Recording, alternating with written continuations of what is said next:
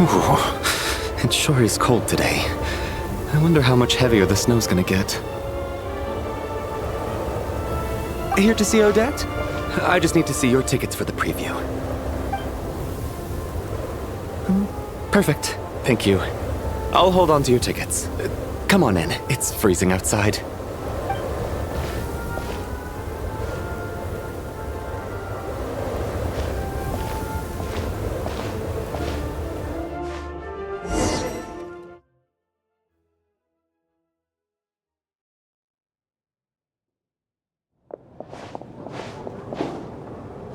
I think I'll leave the Lelek question until after the show's over. Then I'll go find Odette.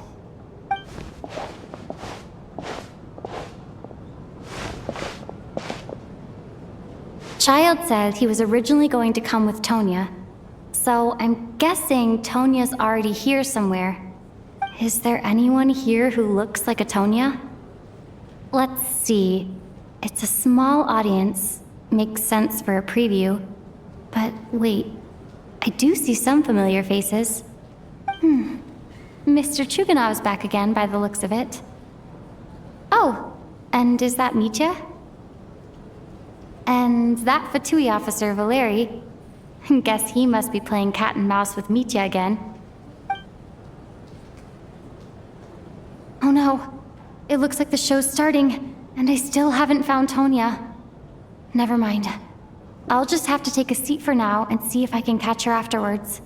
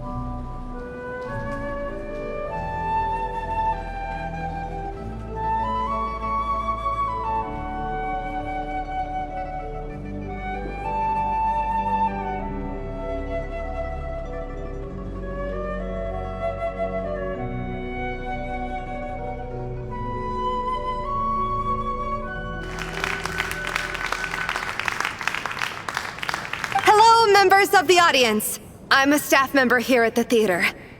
Today's performance was a very special one for us, as it marks the first attempt in a long time to revive the classic Snezhnayan ballet, Spirit Seeker. To commemorate this occasion, we would love to take a group photo of the cast, crew, and audience members present today. Could I kindly ask the audience to please come up onto the stage?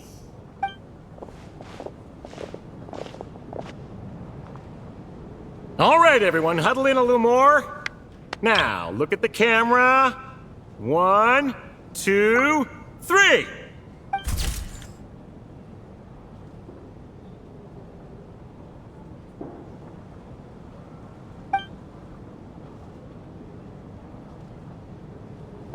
Are you quite satisfied, Mr. Energy Scientist? I rather hope you don't have any other escape plans to add to my workload today. What are you talking about, Sarge? This was simply my way of inviting you to watch Miss Odette's new show with me. And wasn't the performance spectacular? In the future, I heartily encourage you to take a leaf out of my book. Find some soul-nourishing pastimes to enrich your time outside of work. It was indeed a fine performance, but I must correct you on one point. This is not time outside of work. These are working hours. Working hours and non-working hours are just a social construct. Human technology can never advance if we're too rigid in our thinking, Sarge. May we leave now? Already? I mean, I was kinda hoping to soak up the atmosphere for a little longer, but... No? Okay, guess I'm pushing my luck. Didn't seem like too much to ask, but fair enough. Off we go then, Sarge. Back to the land of working hours. Lead the way. That has to be her. She's the only person in the audience around Tonia's age. Excuse me? Are you Tonia? Huh? Your brother's busy today, so I took his ticket. Don't worry about him. He's fine. Oh, okay. Sorry for the trouble. What's wrong? Are you sick? No, I'm fine. It's nothing. Maybe she caught a cold on the way here because of the weather?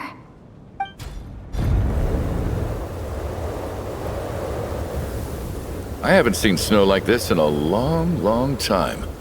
It's most unusual. I know. It's completely white out there. You can barely see a thing. I've never seen such heavy snow in my life. Let's wait it out for now. You'd be lucky not to freeze to death in this weather, let alone find your way. Well, look at that. Maybe we shouldn't be in such a rush to get back after all. What do you think? Let's wait and see. Why do you need to take it so seriously? Fate has given us this wonderful chance to take a break. We owe it to ourselves to make the most of it. Come to think of it, there's a small inn not far from here that always keeps plenty of extra blankets on hand for guests. I know the route well. Shall I head over and borrow a few blankets? That way, anyone in a hurry can wrap up warm for the journey back. Just remember to return them next time you're over this way. Sir, there's really no need to go to all that trouble. Hey, it's no trouble at all. Wait here, I'll be right back. What a kind gentleman. Very good. My wife and daughter are waiting for me at home, so I shall be heading back as soon as I get my blanket. So... are you expecting us to go back to the Armory Palace wrapped in blankets too? Don't worry about that. I made arrangements in advance. Should I not return to the Armory Palace within 3.5 hours after Operation Showtime begins, an armed squad will be sent to collect us. They will escort us back. You are one of our key military personnel, so any weather-related risks must be eliminated. Operation Showtime? So, wait. Every single time you drag me back to work when I sneak out, it's a whole official operation? I gotta say, you've really turned this into quite a moral dilemma for me. It's snowing pretty hard out there. I think you should stay here for now. You seem a little under the weather. Sure. My brother might come pick me up in a bit anyway. Time to get to work. I should head backstage and find Odette. I need to look her in the eye and ask her about Lelek. Excuse me, are you looking for someone?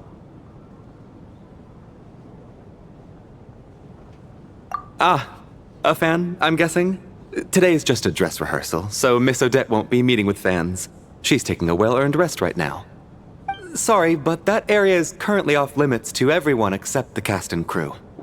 Bad timing, I guess. Well, I might as well stick around. I doubt Odette will be leaving before the snow lets up in any case.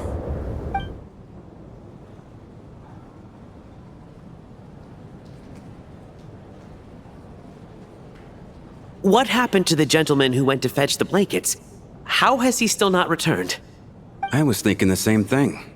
It's still snowing very hard. Do you think something might have happened to him? Whatever the reason for his delay, I must say I hate nothing more than people who make empty promises and fail to deliver.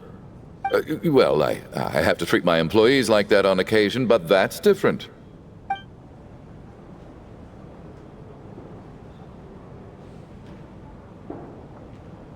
You seem anxious, Mr. Valeri. It's been nearly 4 hours since I left the armory. The army should have arrived to extract us by now. They know how much I despise tardiness and disrupted plans. There's simply no reason that they shouldn't have shown up by now, barring exceptional circumstances. Surely a snowstorm like this one counts as such. Few things in this world can stop the Snezhnayan army, Mr. Mitya. And a snowstorm is certainly not one of them. Why don't you go out and take a look? They might be right outside, waiting for your orders before they dare come in. An absurd hypothesis. I have no intention of leaving your side for even a moment until I have escorted you back to the Armory Palace. This doesn't look like an ordinary snowstorm to me. That guy who left earlier, it looked like he just vanished into thin air. Either that, or my eyes were playing tricks on me.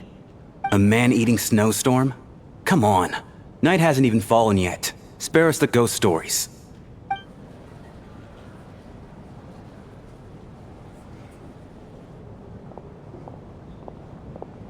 Traveler, didn't know you were coming today. How come you didn't say anything? Oh, right. I assumed you were looking for me and Vodenitsa. Odette's still backstage. Whoa, that's quite a snowstorm out there. I've been working backstage this whole time, so I didn't even notice.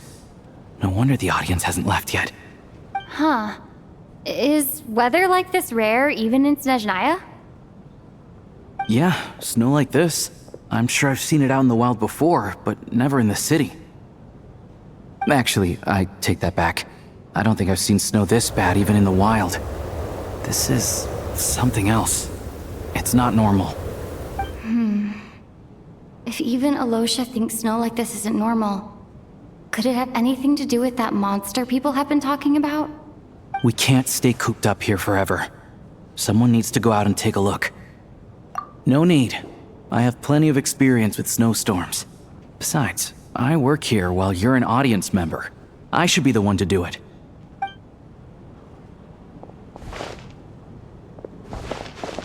Everyone by the door. Careful not to let the snow soak into your shoes. In a snowstorm, you gotta look after your toes above all else. Heading out, my man? Be careful.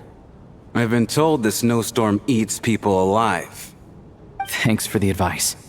I am planning to be careful. I just want to take a quick look at the situation out there.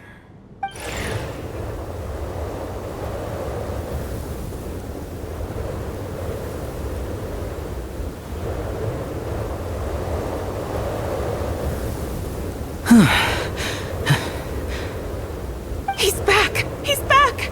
How was it? What's going on out there? Did you see any soldiers patrolling the area? Something about this storm isn't right.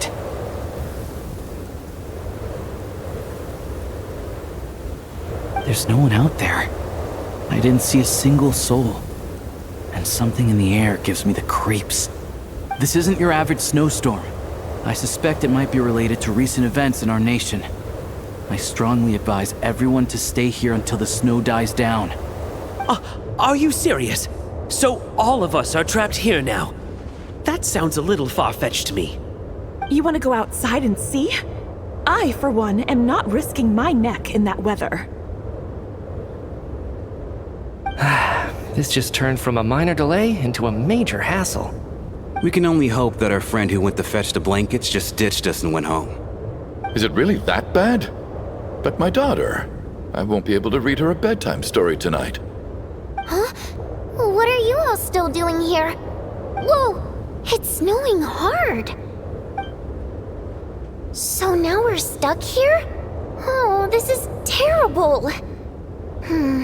Luckily, it was just a dress rehearsal today, so there aren't too many people here. On the bright side, the theater's always well stocked with supplies. If the snow still doesn't let up as we get into the evening, you can spend the night here, everyone. At least, I assume that's alright? Odette? Fine by me. This seems like a sensible backup plan under the circumstances. My thanks to the theater for being so accommodating. What are you staring outside and praying for, my man? You anxious to get home too? Oh, Your Majesty the Tsaritsa, I beg you, please do not let tonight's snowstorm stop. This is a golden opportunity to spend the night under the same roof as the two top stars in all of Snezhnaya. It's a once-in-a-lifetime experience. I think I've changed my mind. Sir, if you so much as look at us funny, you'll be seeing stars in a whole other way. Behave yourself, or you'll be begging for that blizzard. It's getting colder. We need to keep the indoor temperature up. Close the door and lock it tight. Let's head somewhere warmer.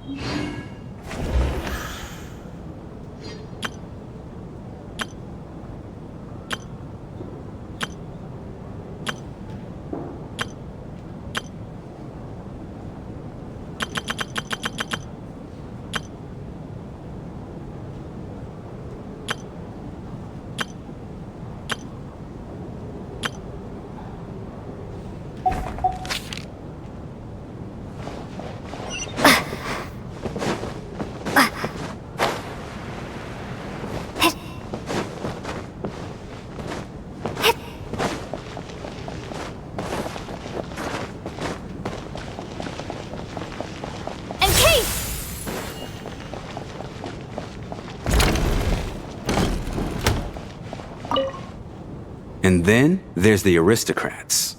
Easiest of all to deal with. You don't need to use any force whatsoever. All you have to do is show them the rope you plan to tie them up with. Do you know why? I don't. Do tell. Because nothing horrifies them more than the thought of a cheap, coarse rope leaving creases on their precious million Mora coat. They'll do whatever you ask to avoid that fate. Unexpected, but funny nonetheless. Tell me another one. Well, look at that. I got myself a new listener. Hey there. Let me introduce myself. The name's Shram, and I'm a mercenary. The kind that gets paid to do odd jobs for rich folks. And I am Chuganov, an entrepreneur. If my name is unfamiliar to you, you will no doubt have heard of my factory, the renowned Iskra manufacturing plant. Are you really that famous, Mr. Chuganov? How come I've never heard your name before? Excuse me? Is that a joke? Or are you being serious? Oh, I'll have to ask my rope later. He's probably tied up more entrepreneurs than I've ever heard of.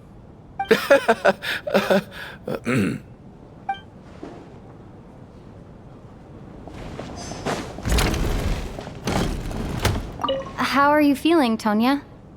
I'm fine. Sorry to worry you. I'm used to it by this point. I take medicine for it. My brother usually helps to get it ready for me. Childe must take great care of his sister. He's never mentioned Tonya's illness, though. You know, I actually find this whole thing kind of exciting. Stuck in a strange place thanks to a snowstorm. Having to spend the night with a bunch of interesting characters. It's pretty cool, don't you think? Exactly. It's like one of those stories where an ordinary school trip turns into a magical adventure. I've always wanted something like that to happen in real life.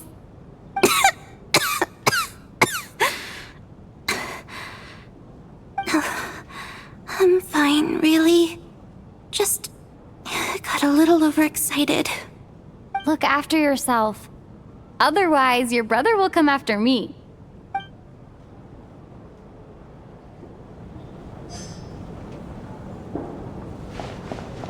My husband has major trust issues. To him, I doubt even this snowstorm is a good enough excuse for me to stay out all night. That's the price of marrying into wealth. You'll get used to it. I'm not about to stop you if you want to leave, but don't drag me along. Hello? Can I help you?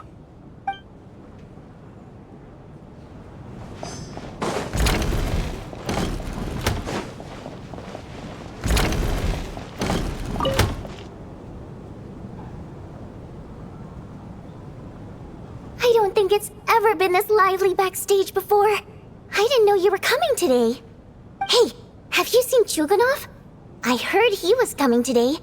Have you spoken to him at all? I'm with you. This could be just the chance we need. Yeah, I gotta figure out a way to coax some more intel out of him. I want to know why he suddenly changed his stance on Project Stuzha. What exactly happened before the most recent Vetcha vote? For the Rokad, or just out of personal interest? Shh! There are other people around. Don't say the R word.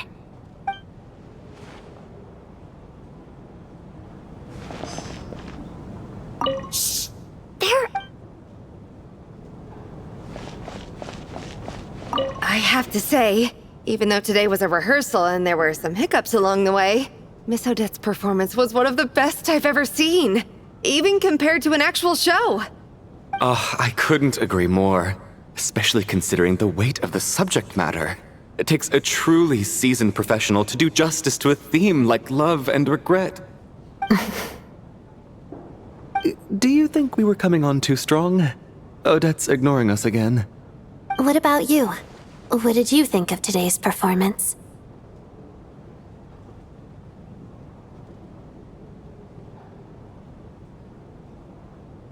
Oh my, that's very flattering of you. Thank you. I'll make sure to save a ticket for you when the show's performance ready. This doesn't seem like the time or place to bring up the subject of Lilac. I need a chance to speak with her in private. So unfair. Talk about double standards. And now it looks like I've been spotted.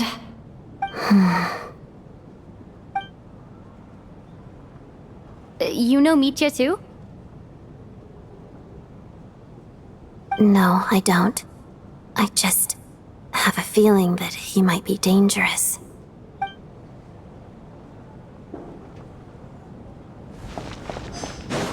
This is highly irregular. A delay of over an hour during an operation like this theoretically warrants a Harbinger-level response. I wonder what the issue is. The storm, or something else. Sarge, the day you learn to let go and just enjoy moments like this is the day you'll finally understand the meaning of life. Why, hello, ma'am. I believe you were the one sitting at a nearby table back at Podvorye Restaurant. Any friend of the theater's star performers is a friend of mine. It's a pleasure to meet you. I'm Mitya from the Energy Commission.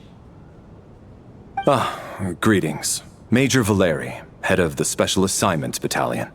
Armory Palace Royal Grenadier Guards, 1st Regiment. I am here to ensure Mr. Mitya's personal safety. Please let me know if I can be of any assistance. Miss Traveler, I cannot help but notice that Miss Odette is stealing glances at me. Any idea what that could be about? I've racked my brains, but I can't think of anything I might have done to offend her. Perhaps she noticed me spacing out during her performance? What? You mean I really did do something to upset her? Well, thanks for letting me know. So, Mr. Mitya, is your work related to Project Stuzha? Yes, that's right. The higher-ups in the Fatui transferred me from the Energy Commission to the Armory Palace because they wanted me to... Really? I can't even talk about that? Pretty sure it counts as part of my private life. All right, I won't say anything. Sorry, Traveler. As you can see, I'm afraid this pleasant chat will have to end here.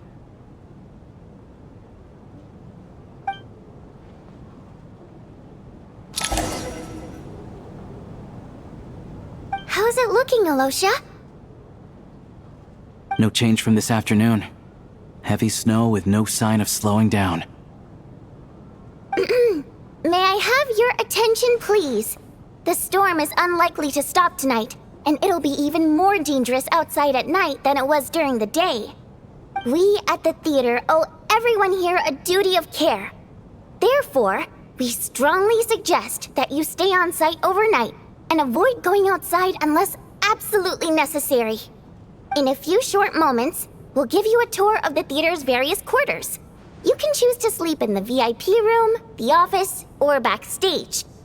Or on the stage if you'd prefer. We won't mind. I'll pass on sleeping on the stage. What if the snow is stopped by tomorrow morning? The early birds in the audience might think we're part of some experimental new show. A drama about sleeping?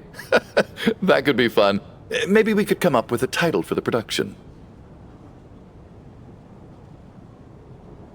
Not bad. Clear selling point, at least. Could be a big hit. Anyone who doesn't wish to sleep on the stage, please follow me. I'll show you to the rooms.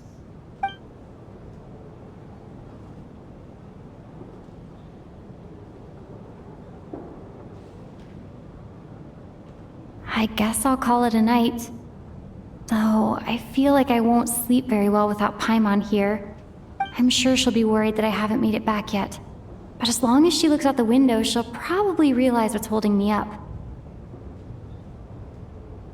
I wonder if she's feeling any better yet? At least she hasn't been getting any worse. Still, I should try and get back first thing tomorrow morning.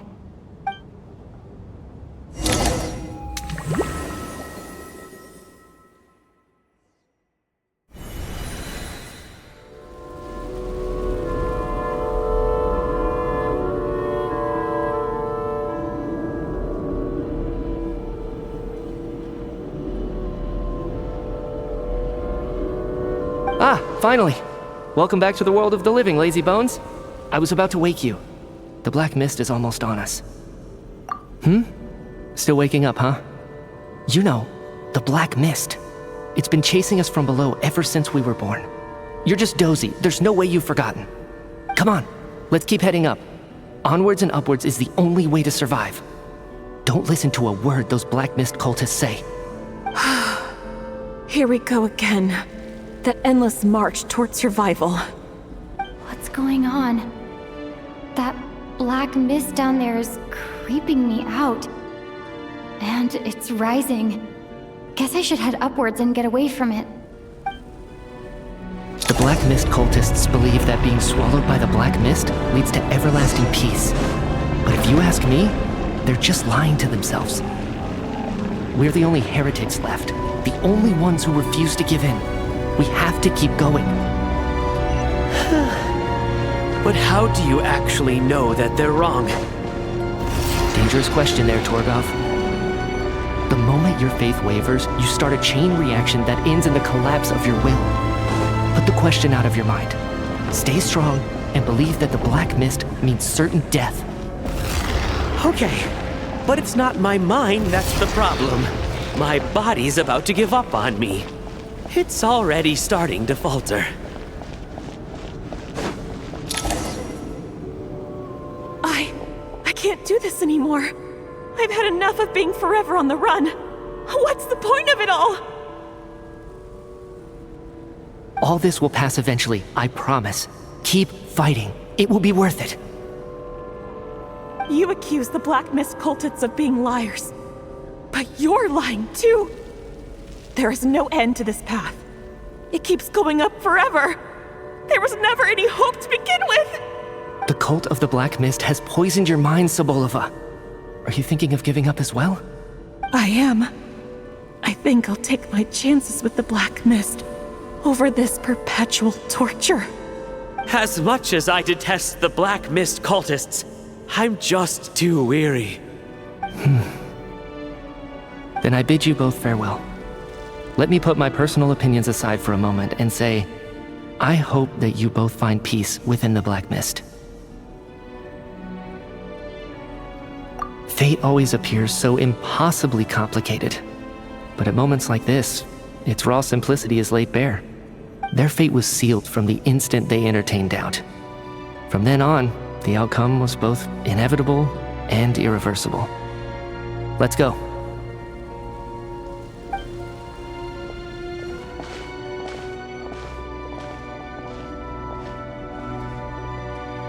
Torgov and Sobolova are gone. I never thought the day would come when even they would be swallowed by the Black Mist. It's just you and me now. Yes, it looks like it's satisfied. For now. This happens from time to time, but it won't be long before the Black Mist starts chasing survivors once again. No one knows how to stop its advance for good. Well, we should make the most of the precious moments of rest that those two bought for us.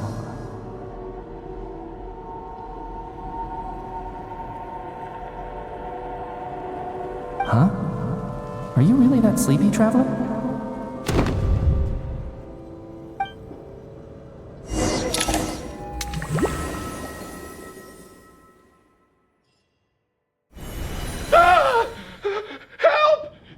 Somebody, come quick! What is it, Chuganov? What's wrong? Huh? Is it morning already? What's all the commotion? Sounds like it's coming from next door. I should check and see what's going on.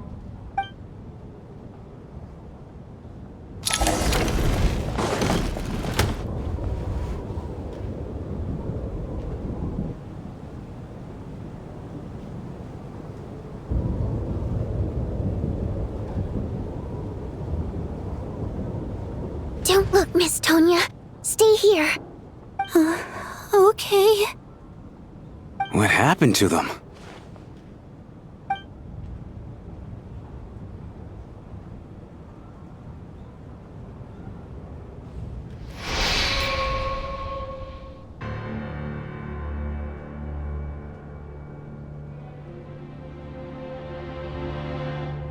These two people have passed away. And the strange thing is that somehow I knew this was going to happen. I knew that they would be the ones to die. Have I seen this moment before? Or did I have some kind of premonition? I can't remember what it was. Let me take a look.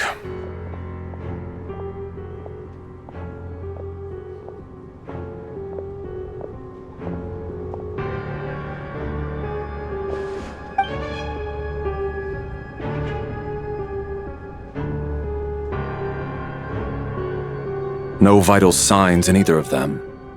They're dead. The cause of death, however, remains unclear. No wounds on the bodies, no signs of a struggle, and no skin discoloration caused by the buildup of toxins. But just last night, they were chatting and joking away. This is so sudden. Could they have had pre-existing medical conditions? Even then, the odds of them both dying of sudden complications on the same night are extremely low. It's hard to believe that they died of natural causes, nor does this appear to be a suicide. Who was the first to discover the bodies? It was me. But these deaths have nothing to do with me, officer.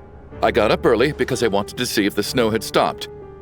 Then I noticed that the door to this room was open, and it looked like there was a man and woman inside. I just went over to see what was going on.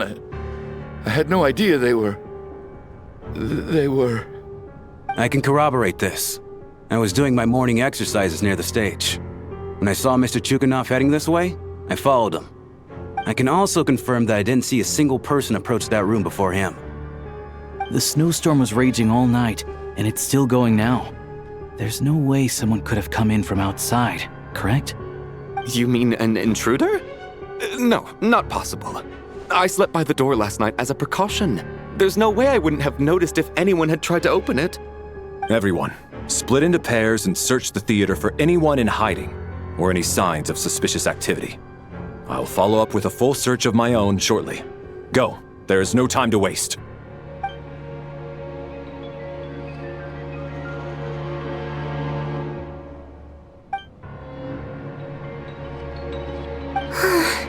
Nothing on your end either? Backstage is clear. No signs of suspicious activity.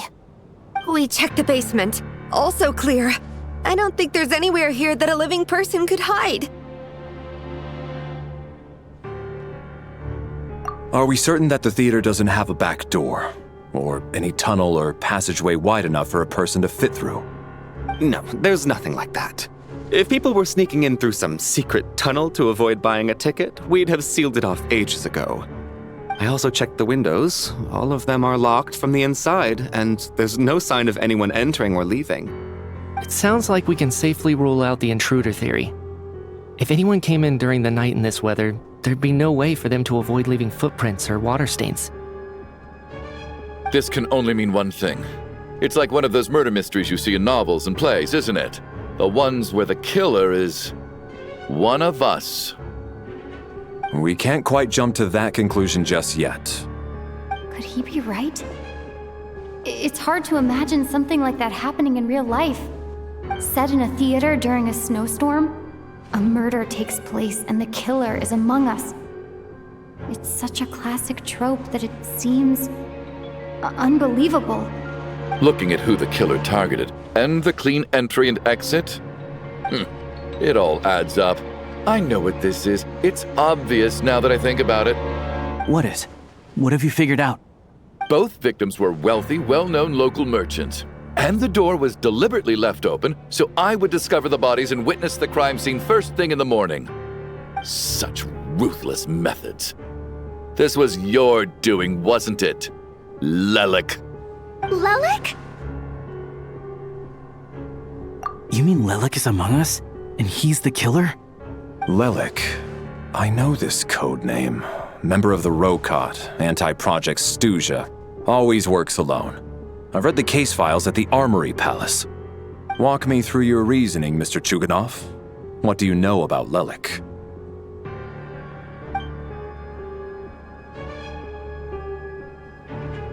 What now, huh? What now, Lelik? What more do you want from me? I already voted against Project Stuzha at the Snezhno Gradvecha. You snuck into my house the other day while I was asleep. Left a threatening letter. And I did all that you asked. But Project Stuzha cannot be so easily shaken. Not with the rooster in charge.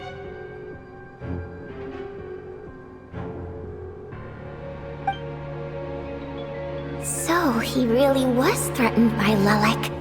That makes sense. And now you're resorting to murder to threaten me. Isn't that right? I knew it.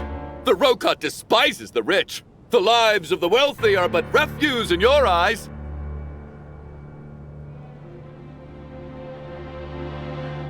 Show yourself! Which one of you is Lelik, Tell me! I'll do whatever you want! Just stop playing these mind games!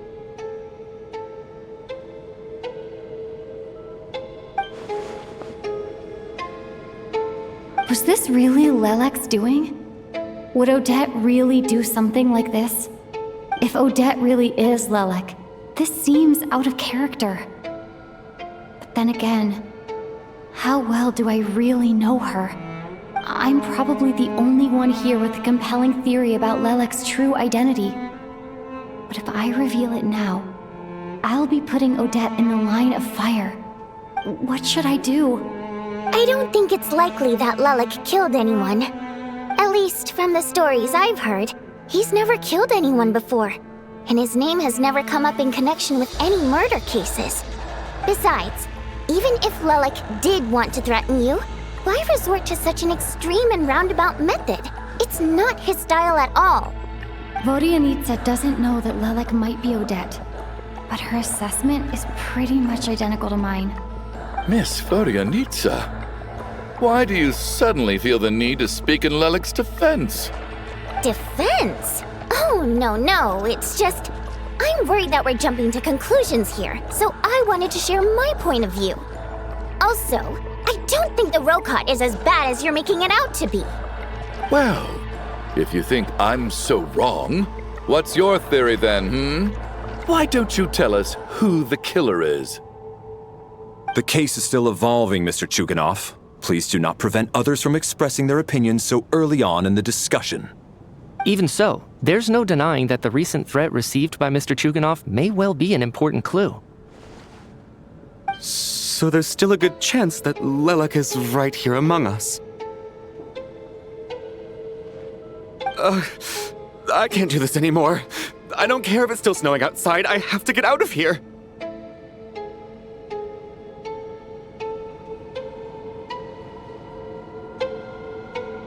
Whoa, take a beat.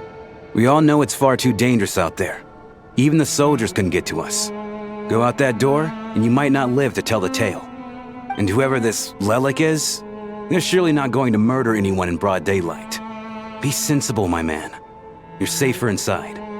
As much as I regret having to say this, I'd like everyone to cooperate and refrain from exiting the premises until further notice. Because as things stand, every one of us is now a suspect. Unless anyone has further information to share, let's adjourn for now. Feel free to keep searching for clues, but make sure you don't go off alone.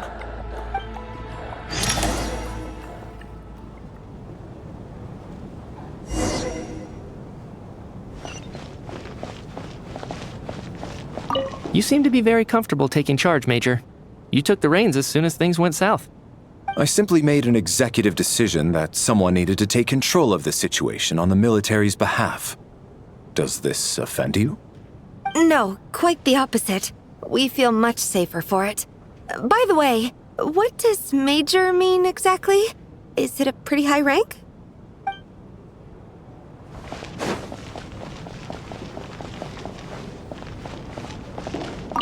I still find it hard to believe there's a murderer among us.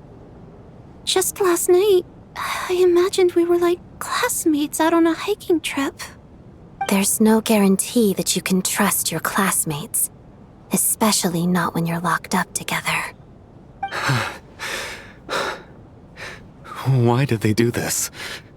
Was it for money? Even then, they could have just kidnapped the people. They didn't have to die.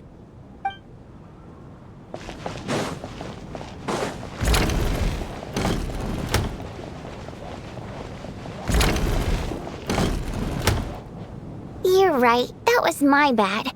It was a knee-jerk reaction. I didn't think it through. Luckily, no one suspected my identity. Oh, phew. It's just you. I thought someone was eavesdropping. Since Vodianitsa and I were on the same page earlier, I think I should share my thoughts with the Rokot members first.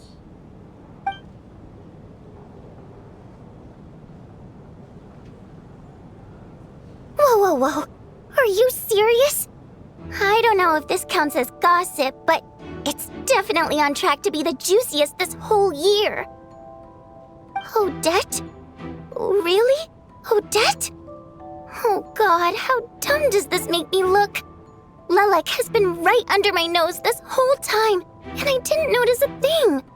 Actually, it's exactly what you'd expect. Sometimes, hiding in plain sight is the best strategy. And now that you mention it, the more I think about it, the more sense it seems to make.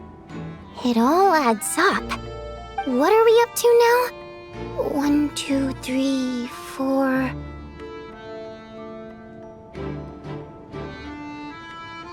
Odette's identities. She's my coworker, specifically a ballerina, and also a Fatous, a member of the Rokot. Now, Lelek. It must be so exhausting. I just want to give her a hug. I guess since I've always known her as a member of the Fatui, it never even crossed my mind that she could be involved with the Rokot, let alone be Lelek. I don't understand. If she's with the Fatui, what reason could she have for being so opposed to Project Stuzha? Probably best if you ask her that in person.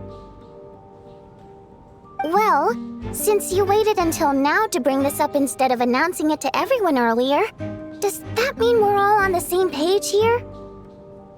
Yeah. Lelek may not follow orders from the Rokot leadership, but as far as I'm concerned, she's never crossed the line. If anything, her actions benefit the poor. We need to confront her face to face. Do you think she'd really admit to being Lelek? I don't know. We'll have to see how it goes. For now, we'll work on the assumption that she didn't kill anyone, and see how much she's willing to tell us.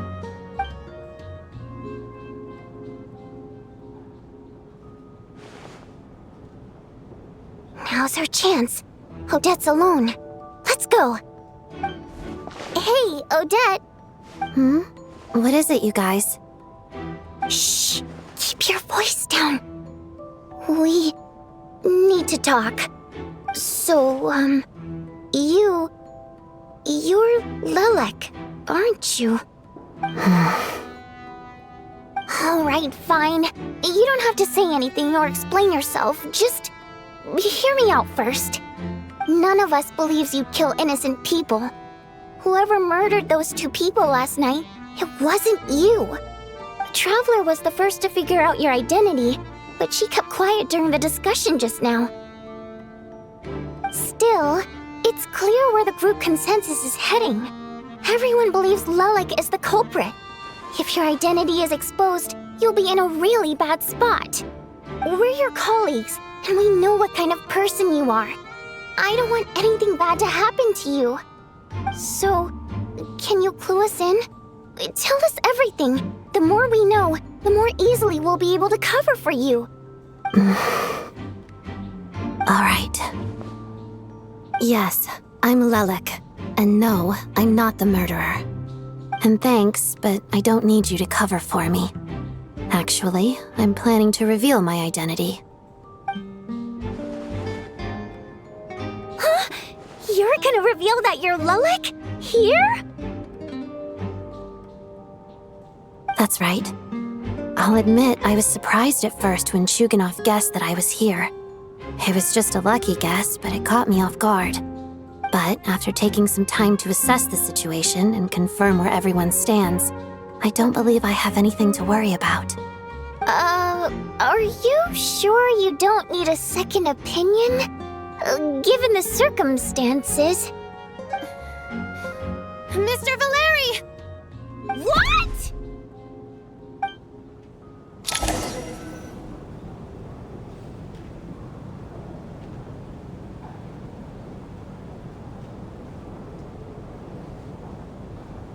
So... Odette is Lelik?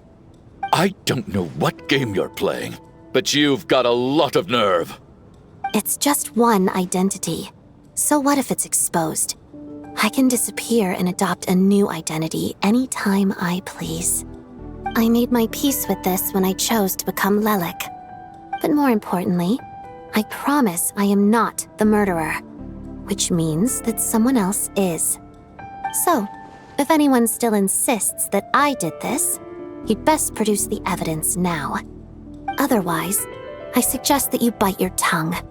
Because if you really believe I killed 2 people without making a sound or leaving a trace, pointing fingers at me would surely only make you my next target. Is this really the truth, Miss Odette? That's confidence, all right. I believe you. A real no-nonsense attitude. I can see why Marionette said that she's on track to inherit the title of the Fair Lady. Are you seriously buying this? Hey, officer! She just admitted to being Lelik. Aren't you going to do something about this? I do have one question, Miss Odette. Why have you chosen this moment to come forward and reveal your identity? If I didn't say anything, everyone would be focusing all their efforts on finding Lelik. And that is exactly what the real culprit wants. I don't want to be the scapegoat who lets the murderer get away with this crime. Despite all the accusations, she made the smart choice. A remarkable display of rational thinking under pressure. Clearly, Odette's talent extends far beyond the art of dance. She thought so far ahead. Ugh, why do I always feel like I'm one step behind her in everything? You've convinced me. Dealing with the murder case remains the top priority right now. Let's put the name Lelik and all related incidents aside until further notice. Nevertheless, the group still considers you the prime suspect. I assume you have no quarrel with that, Miss Odette? I understand. You're welcome to keep an eye on me around the clock. I have no objections. Mr. Chuganov? For my wife and daughter's sake, I'll let you off the hook for now. But don't think you're forgiven for breaking into my house and threatening me. Just wait till we get out of here, Lelik. We'll settle the score then.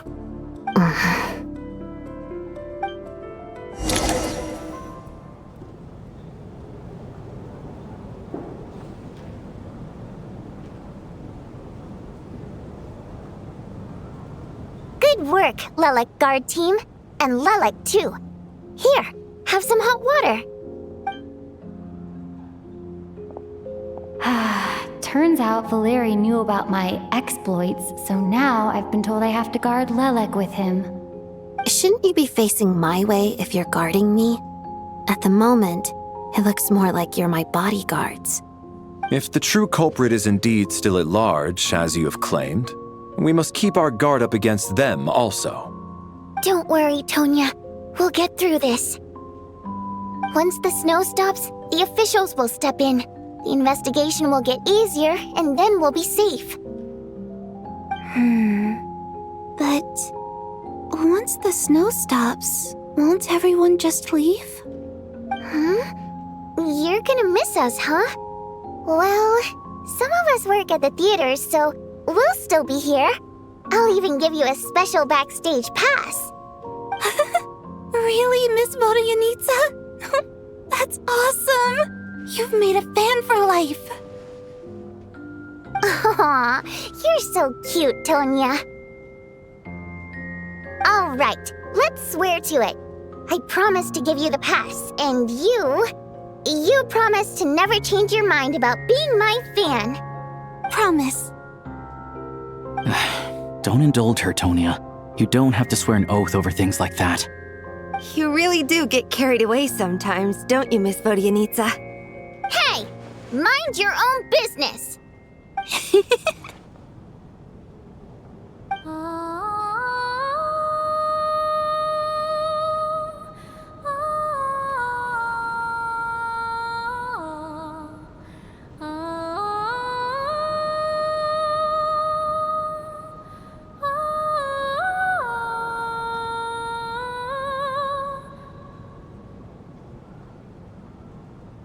Don't be nervous, Miss Water Imp.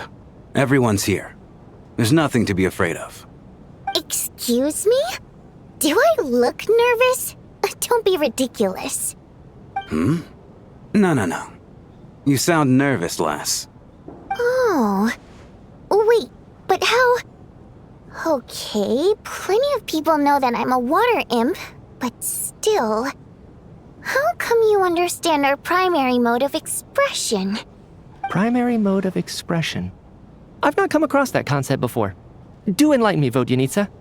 Well, it's just... We water imps tend to communicate our emotions to each other by singing rather than facial expressions.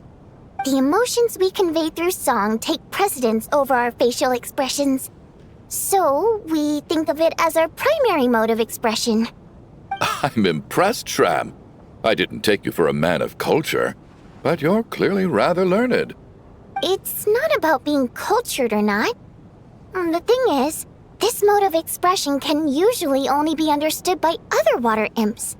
It's not a simple case of a song sounding happy or sad.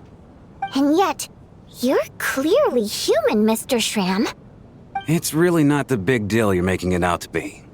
I think I just have a knack for it. Plus, I have a... very close friend who's a water imp. A delightful lady. But keep that a secret. Anyway, we spent so much time together that before I knew it, I noticed I could understand her expressions.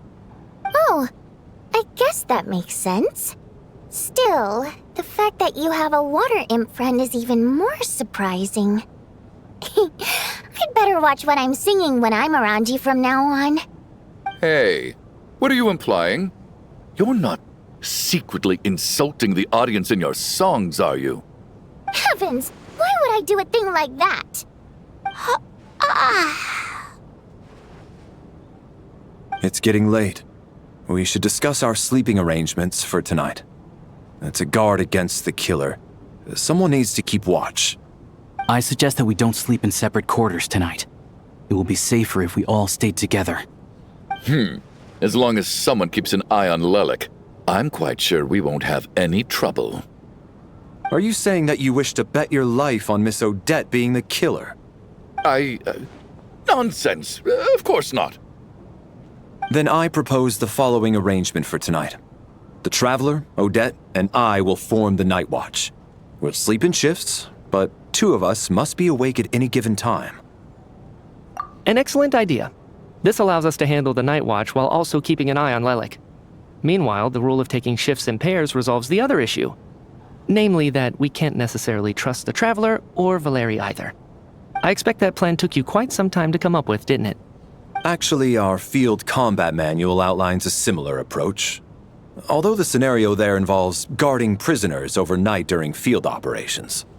That being said, I must clarify that I harbor no disrespect towards you personally, Miss Odette. In fact, Lelik's numerous covert operations make fine textbook examples for military agents. I care less about respect and more about the fact that you just robbed me of 2/3 of my sleep tonight. I'm calling dibs on being the first to rest. Good night.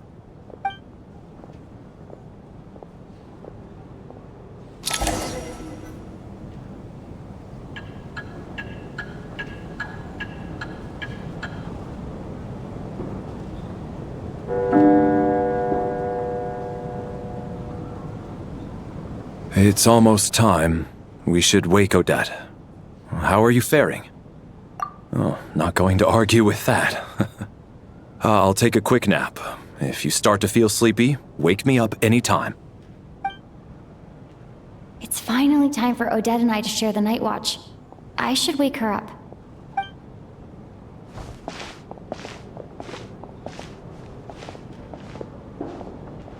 I came here to get information from her in the first place.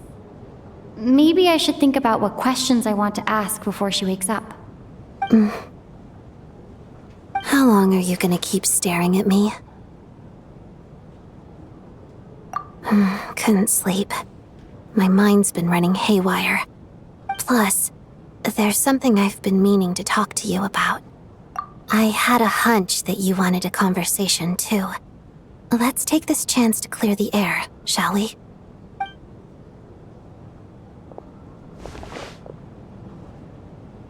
I just had a simple question for you, really. It's, Rosaline. In her final moments, did she have any last words or anything?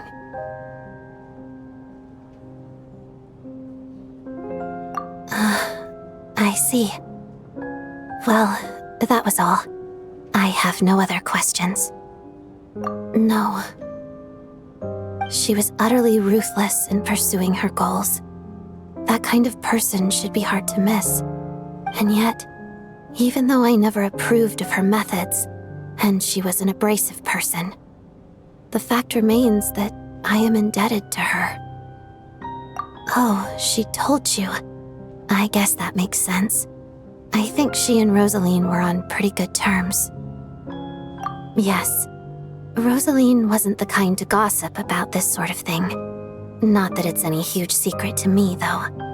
When I was a child, I had to join the Fatui for the sake of my mother and me. I trained under Rosaline. It was extremely grueling, and it didn't exactly come naturally to me. All I could do was try to ignore the biting cold and practice. I was a newcomer who'd managed to make a good first impression on a harbinger. There was pressure to live up to her expectations, to be worthy of the fair lady's reputation. Every day was a struggle against the cold, pain, and fatigue. And most nights, I struggled to fall asleep. After enduring all that, I've become almost immune to the sensation of pain. I suppose that was the cost of survival. Surely, any child who had to experience that would grow to hate her lot in life, don't you think? So, I put an equal amount of effort into my ballet. Because in my young mind, that was the only way to defy my fate. It was my way of telling her, the Fatui's demands and your expectations of me are not what I wish for. One day, I will leave. I think she probably blamed my poor performance in training on my passion for ballet. She knew my heart wasn't in it. One time, when I was secretly practicing a dance at night, she suddenly showed up. I knew she was there to catch me red-handed. I told her, "You don't deserve to watch the dance I learned from my mother." She looked stunned. I guess she was surprised that I lashed out first, before she had the chance. But strangely enough, on that occasion, she wasn't fierce with me like she was during training. Instead, she fell silent for a moment, and then left. After that, she never interfered with my dancing or asked me how it was going. She never came to watch me dance again either. Not even once. She was. But even now, whenever I take out this core Ignis, I can't help but think of that night. Of the look on her face. Sort of. Although, gift might be too kind a term. This is her flame sealed within ice. A symbol of her favor, yes, but also her way of keeping an eye on people. She knew the location of every piece of Core Ignis. If any recipient started acting suspiciously, she'd be on to them immediately. Trust her to make even a mark of approval feel suffocating. So, when news of Rosaline's death reached Snezhnaya, many people immediately crushed their Core Ignis. It gave them a profound sense of relief, like they'd broken free from her shackles. But I kept mine. With my sensitivity to pain being as dull as it is, the warmth from this Core Ignis is one of the few things I can still feel clearly. I still wonder, did she really come to stop me that night? I wasn't sure, but I was scared, so I said some really awful things. I guess she didn't leave anything behind. Not that I expected her to. It's fine. It's just a bit of a shame that we couldn't settle our differences before the end. She did. Are you sure she was talking about this event? No, she didn't. I didn't even find out that she'd gone to Mondstadt until a while after she'd left. Wait, in that case... Okay, I will. Thanks for letting me know. There's something I'm trying to figure out. I'm beginning to suspect that Paimon's mystery illness is being caused by the energy research behind Project Stuzha. Paimon's very important to me, so I have to get to the bottom of this. I figured that since you're Lelek, you might know something about all this. The ultimate goal of this energy experiment is to create a weapon for the final battle. The weapon's construction was completed in Nodcry. Now, all that remains is to arm it with a sufficiently powerful energy. Yes, the weapon's development and all the related experiments are overseen by Lord Piero, the Jester, and the lab is located deep within the Armory Palace. I'm not sure why this experiment would be making Paimon feel unwell, though. The best way to get to the bottom of it would be to go there in person. Once we get out of here, I'll help you apply for an entry permit. And I'm hardly the organization's proudest member, as you know. You answered my question about Rosaline. I want to do you a favor in return. It's that simple.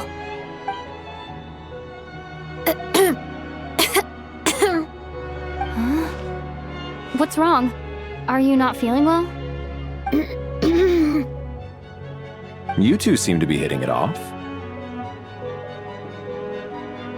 I thought you were sleeping. Of course I was. In the military, one learns to fall asleep quickly, even in the most inhospitable environments. It's vital to staying alert and energized. Why? Is something wrong? Even if he was awake, he can't have overheard us, right? Well, thank you both for keeping watch. Traveler, I'll take over for now. It's your turn to get some sleep. Sure.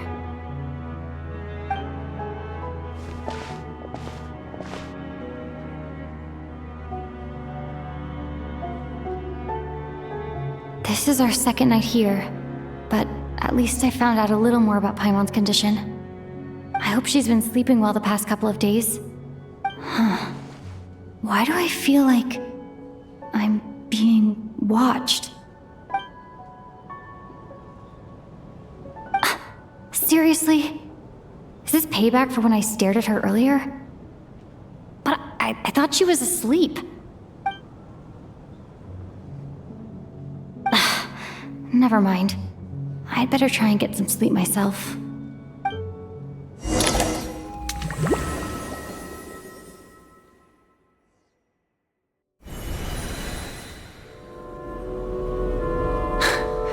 Hey, what are you spacing out for? Are you reaching your limit too? How long have we been walking for? Do you remember? Time's lost all meaning. Ever since ever since we noticed that thing above our heads, what was it called again? A star key? Or key star? Anyway, the person who named it was swallowed by the black mist. Whatever it's called, ever since we noticed it, we've been walking up and up, hoping that as long as we reach it, we can find a way out of this place. But it seems like no matter how far we walk, we never get any closer. Well, we've come this far. You never know.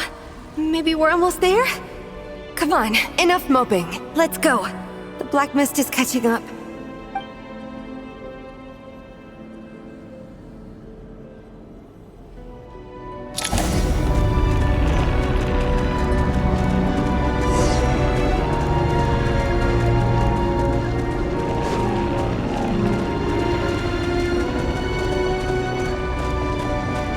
We got ourselves Monsters! Watch out! Not again! I've lost count of how many times we run into them. Be careful.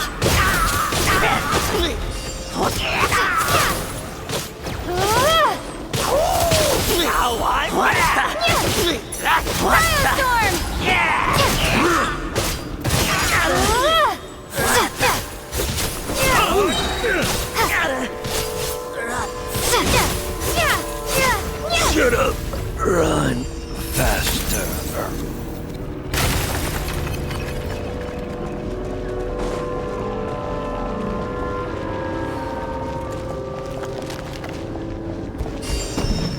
Here they come again! Get ready!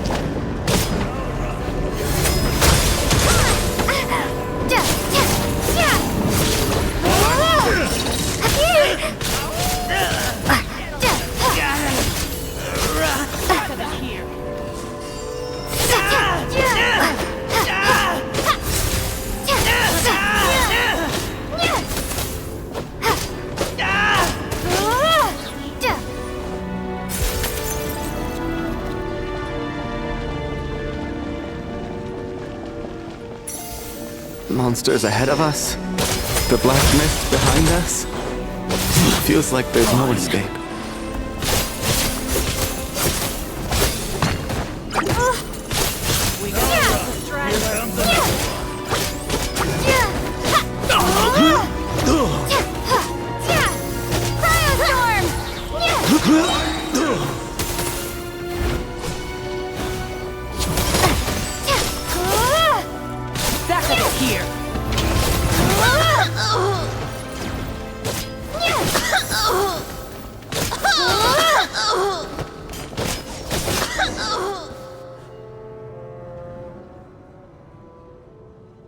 Are you hurt, Coolish? No, I'm fine. It's just... suddenly I don't want to walk any further. I get you. In fact, I reached my limit a long time ago. Sometimes it feels like there's hope where there shouldn't be. Yeah. The hope that the star gives us is the only thing keeping us going. But I'm not sure it's real at all. It may just be a collective illusion. Otherwise, why would it always be out of reach? We know you mean well, but you're only saying that to try and encourage us to keep going, aren't you? Thank you, friend. But enough is enough. Please don't give me any more false hope. Hope is poison in this place. You're going to continue, aren't you? I admire that. I've given up, but I wish you the best. May there come a day that you catch up to the star and leave this godforsaken place.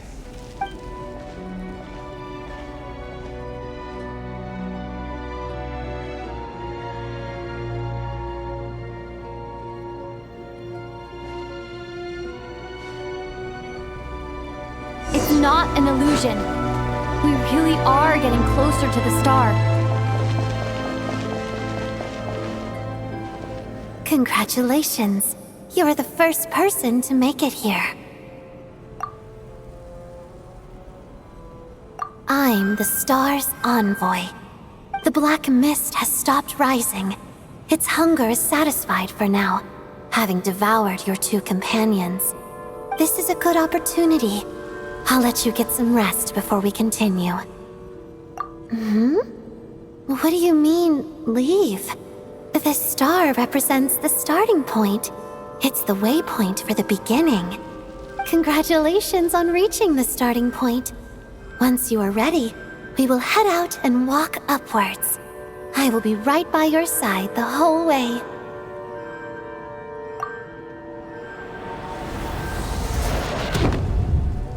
Huh? What's wrong? Hey, don't give up before the journey's even begun.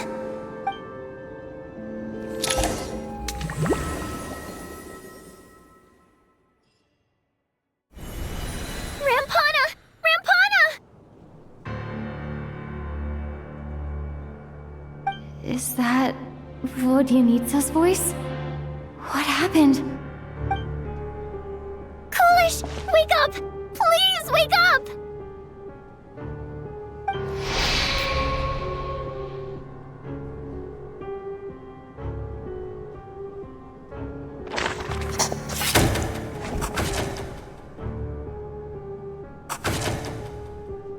The situation is identical to that of the two casualties yesterday. We cannot ascertain the cause of death. At least there are some elements that we can rule out this time. They slept on the stage with everyone else, so I suppose the surrounding environment can't be a relevant variable. Rampana. Coolish. Weren't some of us keeping watch last night? 3 of us, in fact. How could you not notice something was wrong? I'm as confused as you are. Certainly nothing unusual happened on my watch. Likewise, and from what I've observed so far, both Miss Odette and the Traveler can be trusted. To be honest, I didn't get a wink of sleep last night. I couldn't help but think I was the target, so I just laid there with my eyes closed. I heard the Traveler and Lelik chatting, but otherwise I don't recall hearing any commotion during the night. Me too. I didn't want to wake everyone up, so I was concentrating hard, trying not to cough. I hardly slept at all. If anything had happened, I'm sure I would have noticed. Then, what could possibly be causing this? Once was bad enough. I can't believe it happened again. I worked closely with Rampana and Coolish for so long. I never imagined that one day they'd...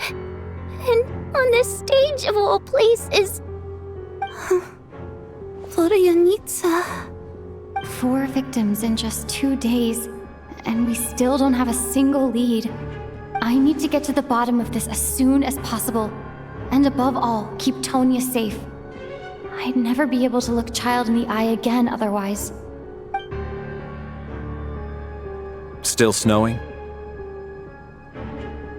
Yes, I just checked. Still no sign of anyone outside either. So we only have ourselves to rely on.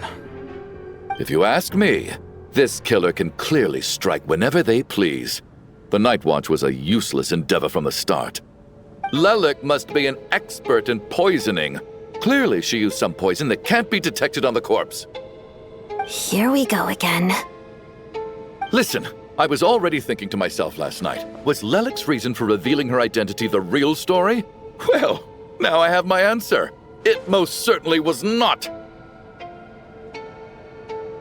She's been playing us for fools. You get off on this, don't you? Revealing your identity, only to carry on with your killing spree? That's a hideous thought. One that only a hideous mind like yours could dream up.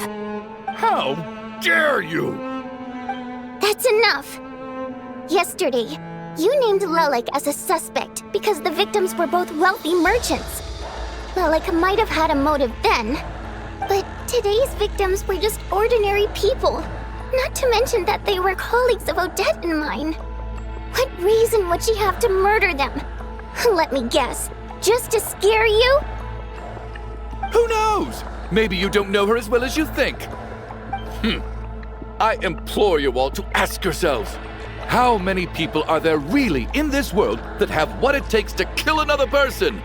Not many, I'd wager. Lelik is well known to be a ruthless operator, and now she has revealed her identity.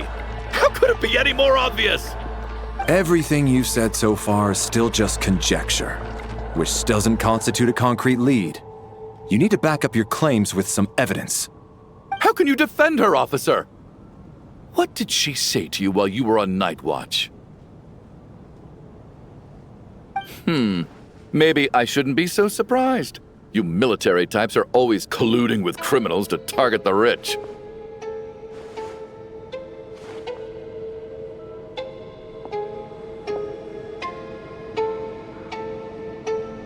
All so you can get your grubby paws on our hard-earned fortunes, then tell us to fall in line. The Fatui, the Druzhna, and the Rokot. Thugs, the lot of you!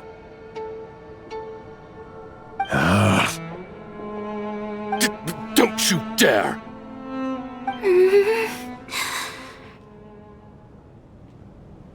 Sir, but you were the one who told us not to stop other people from expressing their opinions yesterday.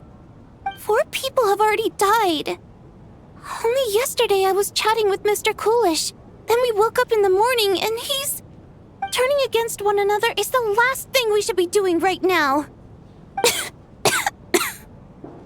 Little girl. Even if Mr. Chuganov is a puffed-up, pig-headed windbag who doesn't have a clue what he's talking about, he's still one of the victims here, isn't he?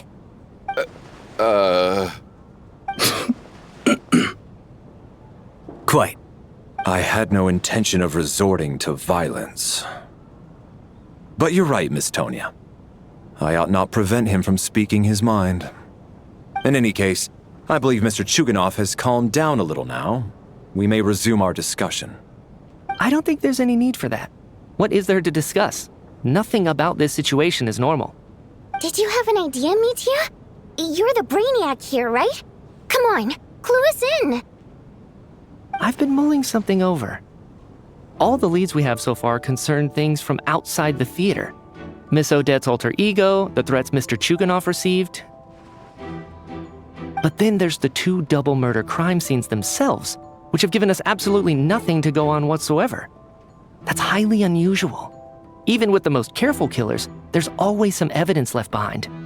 So what are you suggesting? I think this could be a supernatural event. It isn't characteristic of human-on-human homicide at all. Correct me if I'm wrong, but aren't you supposed to be a scientist? That doesn't sound like a conclusion someone like you is supposed to make. I got into scientific research because of my insatiable curiosity. But if the present situation defies all known scientific explanations, I don't mind shifting my curiosity toward the paranormal instead. Now that you mention it, I remember when I first came to the theater. I heard rumors about this place being haunted. Haunted?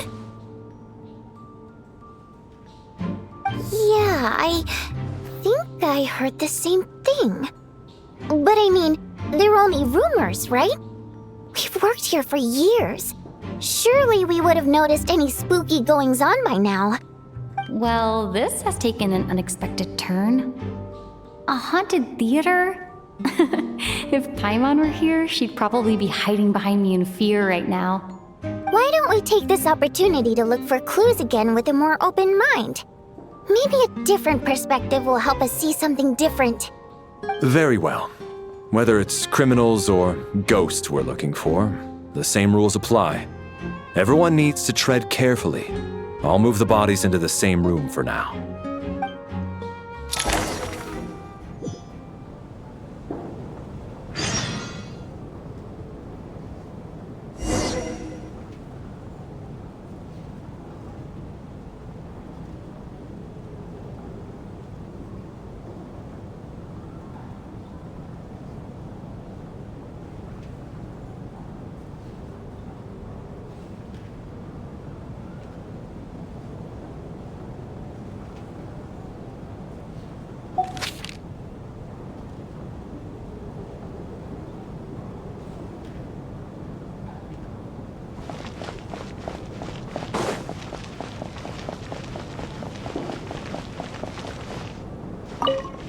had to think very hard about whether there's anything that ever needed hiding. After all these years, there must be some things even I've forgotten about.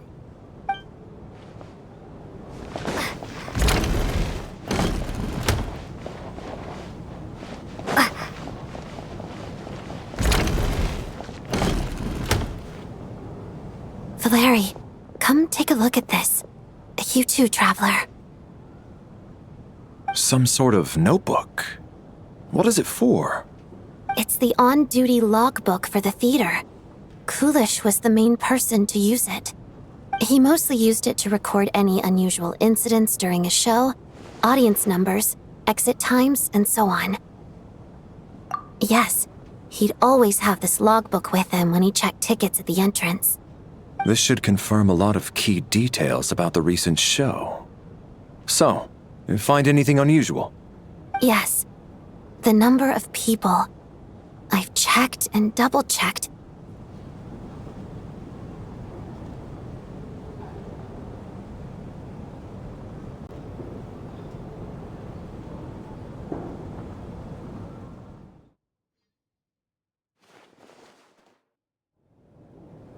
Valeri.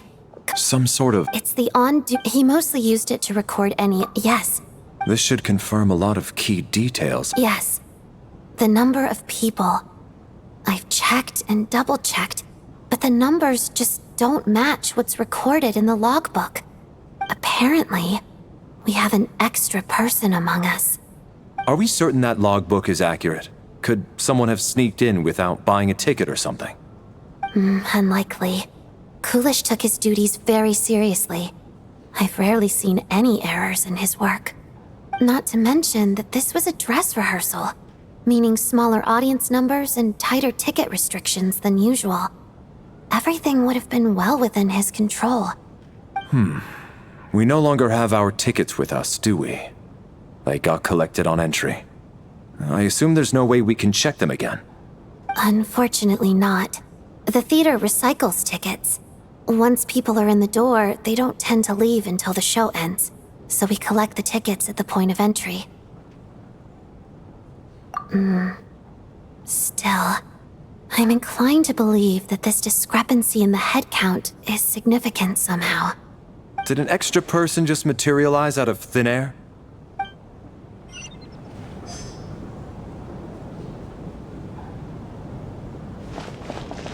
Did an extra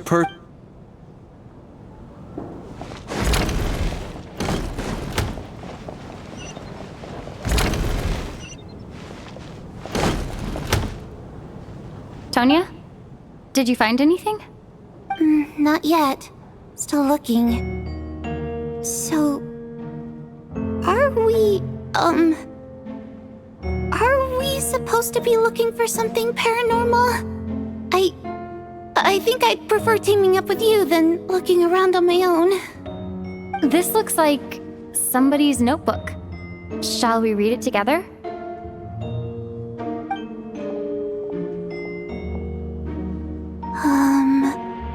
Well, it doesn't look scary or anything, so I guess it should be fine. All right, let's read it together.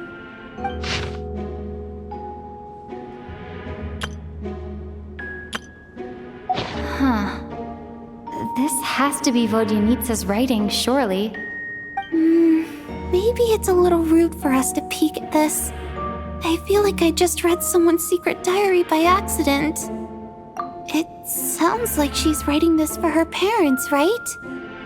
I don't understand. Why put this stuff in a notebook instead of mailing it in a letter? Because her water imp parents belonged to the aristocracy, who were driven out of Snezhnaya by the Tsaritsa long ago. And now they live somewhere new, where the postman can't get to. We're sorry. It's fine. My fault for not storing it properly. I can't leave things lying around and expect them to get ignored when everyone's scouring the place for clues. All right, give me my notebook back. I'll take over the investigation in this room.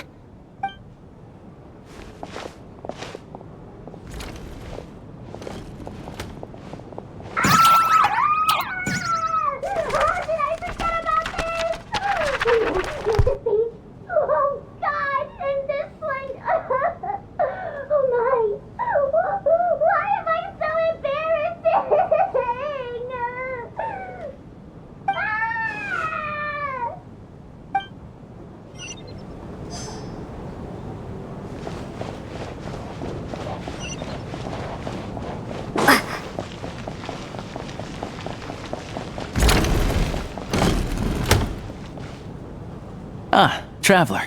Since you're here, come take a look at this. Alosha found it. We're both curious to hear your perspective. It appears to be an investigation report. And the focus of the investigation was the rumors of haunting we heard about earlier.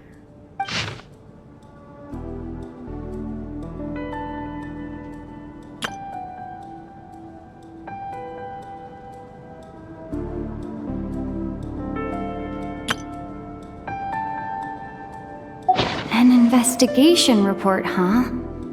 Looks quite old. Huh. This person's name looks to be of Sumeru origin to me. Was the investigator from Sumeru? The theater manager must have hired an investigator once specifically to look into this issue. But it doesn't look like anyone ever looked at the report. Presumably, the manager wanted to know if the supposed haunting was dangerous while also being fearful of word getting out in case it affected the theater's business. Anyway, the bottom line is, the haunting is actually real after all. It's caused by an obstruction in the ley lines. Is there any chance this is the key to finally making some progress with the murder cases? Ley line problems are pretty unexceptional to me by this point. And while it certainly offers an explanation for the ghosts, it's hard to imagine what connection it could have to these two murder cases. Some of the language that appears at the very end of the report caught my eye. Angel civilization, ley line renovation? My area of research doesn't touch on any of that, so it's completely outside of my wheelhouse. Huh? A piece of paper just fell out from the report. It landed right by your feet.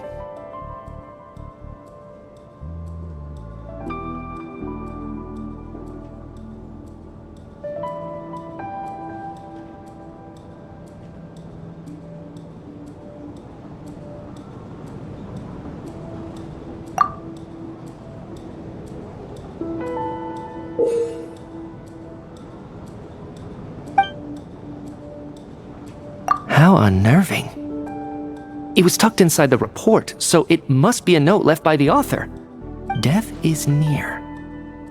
Is that supposed to be what's going on here? With us in the theater? But if so, how did the author foresee it? Could he predict the future somehow? Maybe things are more complicated than we thought.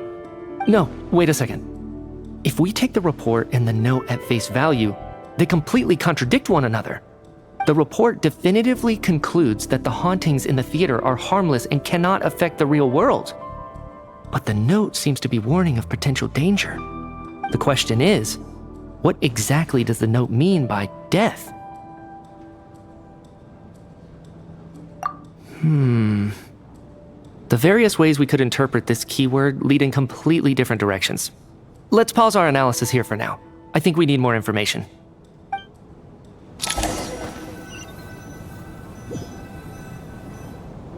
If we take all this together, it's not impossible, is it? If anything, it's the natural conclusion.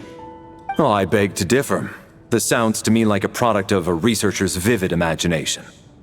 And perhaps it's because I'm still viewing this through the lens of a typical murder investigation. But still, I'm struggling to be persuaded by your theory. Does it really sound that far-fetched? Alright, well, let's treat that as speculation for now. I do agree with what you've said, so let's go with your idea for now. Good. Okay, now that we finally have some meaningful leads, I think it's time to reconvene. Let's get the others.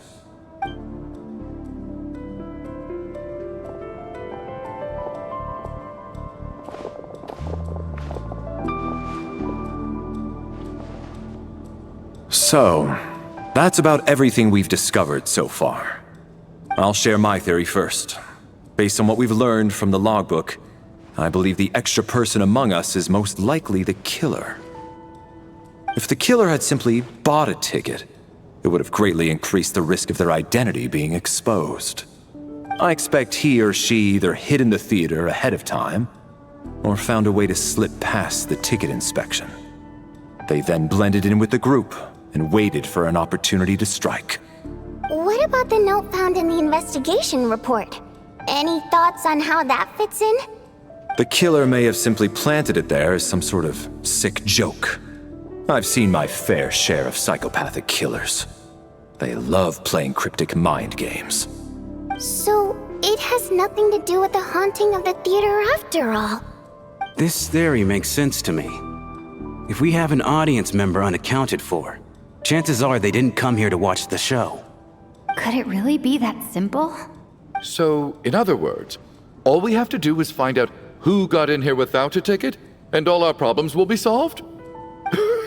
Then let me make one thing clear. All the theater staff should be well aware that I came here for the rehearsal legitimately, yes? There's no way I'm the one who didn't have a ticket. It's true.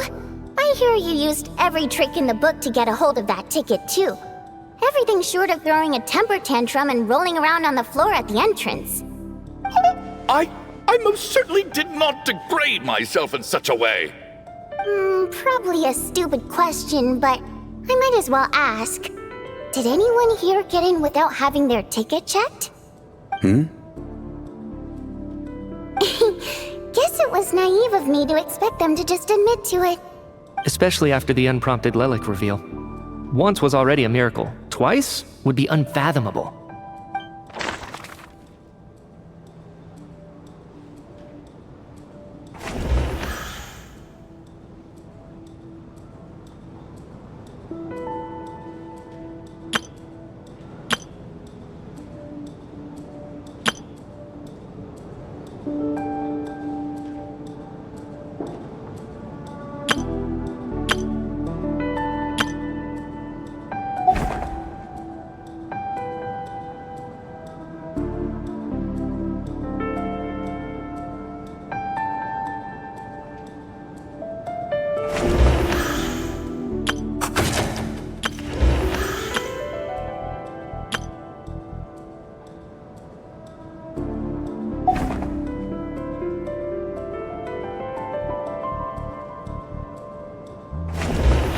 As things stand, the audience head count doesn't add up. I guess we can...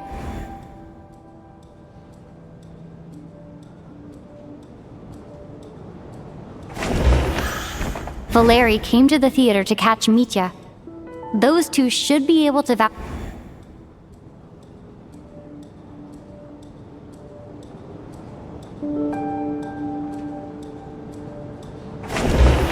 Tonya received her ticket the same way I did. I assume Childe got both of them together. In any case, I knew in advance that Tonya was coming.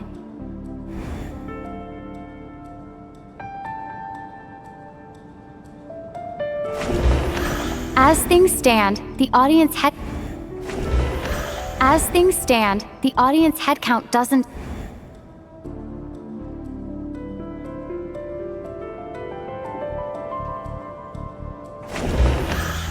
I got my ticket from Childe. It was all above board, and my ticket was checked at the entrance, so there's no way it's me. I don't believe any of us here knew Shram before all this. If no one can verify Shram's identity...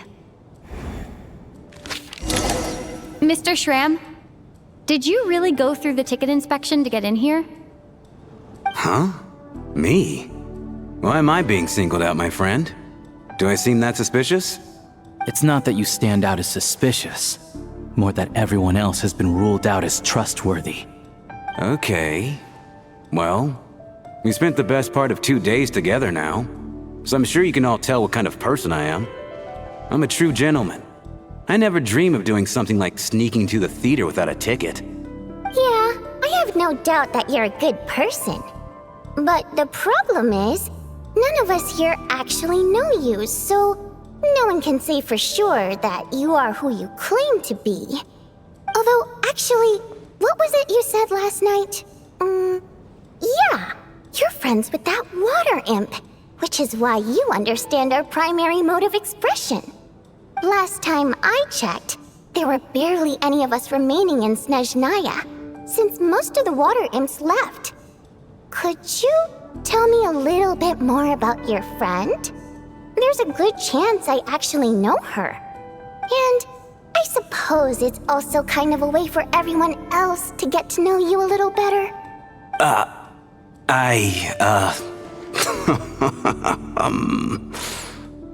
Good grief. Are you blushing? Pull yourself together, man. Stop giggling like a teenage boy. It's revolting. Hey, revolting is a little strong. All right, fine. I'll admit it. That water imp friend of mine, the truth is, we're dating. I was just a bodyguard hired by our family. But the stars must have aligned, because sparks began to fly between me and their daughter. Never in my wildest dreams did I think I'd get so lucky. We don't need details. Just get to the point. Okay. I'm just a little hesitant to reveal her name, that's all. You know how it is. These are delicate times. Even with me to protect her. If word gets out that she's dating a human, both the Fae and human factions will give her a hard time. Really? Wait, no. That can't be. Huh? Shram, what the devil are you talking about? Why is everyone looking at me like that? Surely you can understand where I'm coming from. Delicate times? Factions? Yes? You know, the Civil War? Last time I checked, the Fae and the humans were still at each other's throats. If I'm not mistaken, the last significant civil war in Snezhnayan history was over 400 years ago, when Her Majesty the Tsaritsa had just taken the throne and was consolidating her reign. What do you mean, 400 years ago? What's going on here? Is Shram from the past? All right, Mr. Mitya, you win this round. As far-fetched as it is, it appears that your theory may be correct. I'm just as amazed as you are. I didn't even believe it myself, to be honest. Is someone going to explain what's going on here? From the look on your face, you figured it out too, haven't you, Traveler?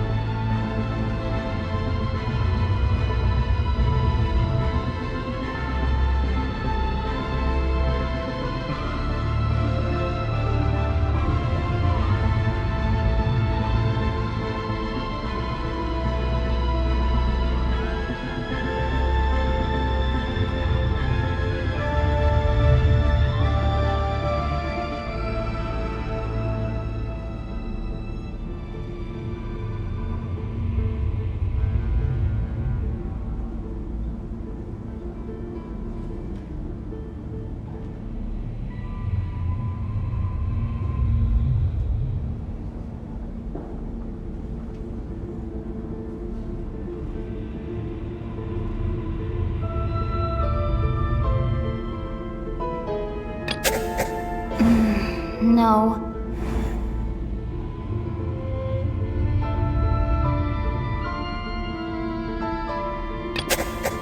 Vodianitsa's private letter touches upon the history of the Water Imp aristocracy's exile, but reveals nothing about Shram's identity.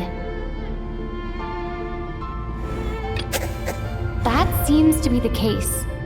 Shram's the extra person, but there's no way of learning his identity from this clue. The theater's ley lines have been modified to block souls within its grounds from returning to them. Some souls can even wander this place forever. Mr. Shram's statement proves he's from hundreds of years ago, and according to the investigation report on the theater hauntings, Mr. Shram is very likely a lost soul wandering the theater.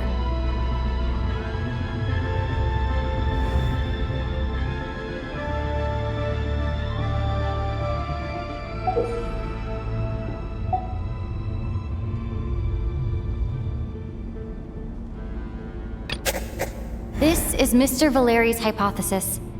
If there is no supernatural element to this incident, it's very likely to be true.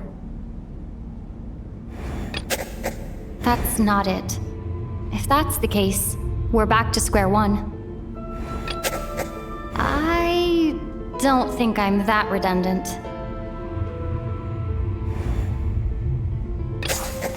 For some unknown reason, the soul that has been wandering the theater due to the leyline issues has joined our group and blended in. Yeah, that must be the immediate reason why the ticket count doesn't match the number of people present.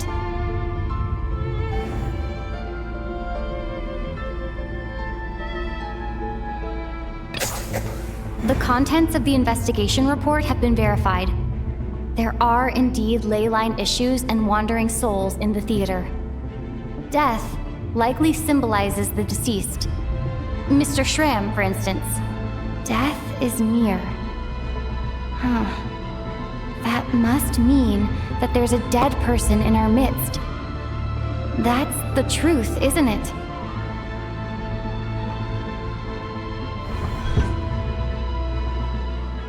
Yeah, the logic is clear now.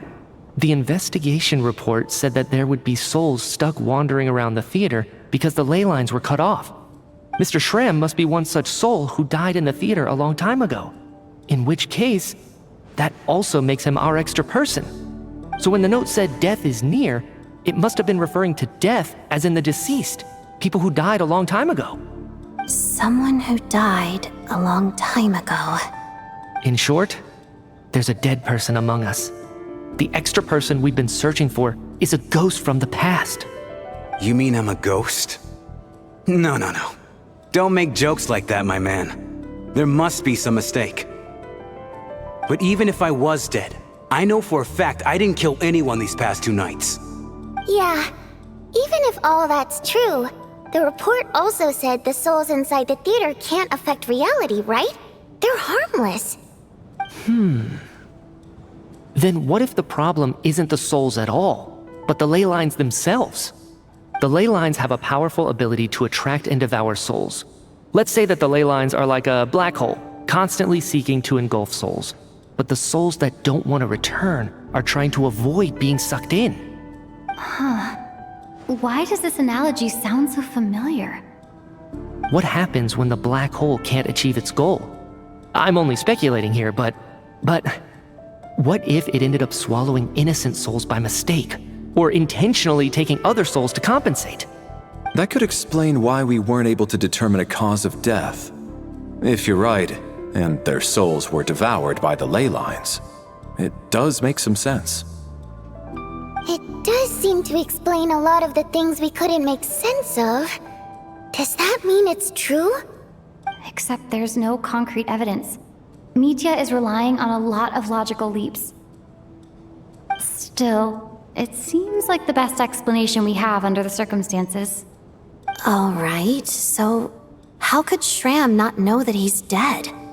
Seems a little unlikely that he hasn't noticed anything unusual even after several days interacting with us. On the contrary, it's perfectly normal for a soul to wander the theater for centuries without questioning their existence or reason for being there. It's simply what's natural for them.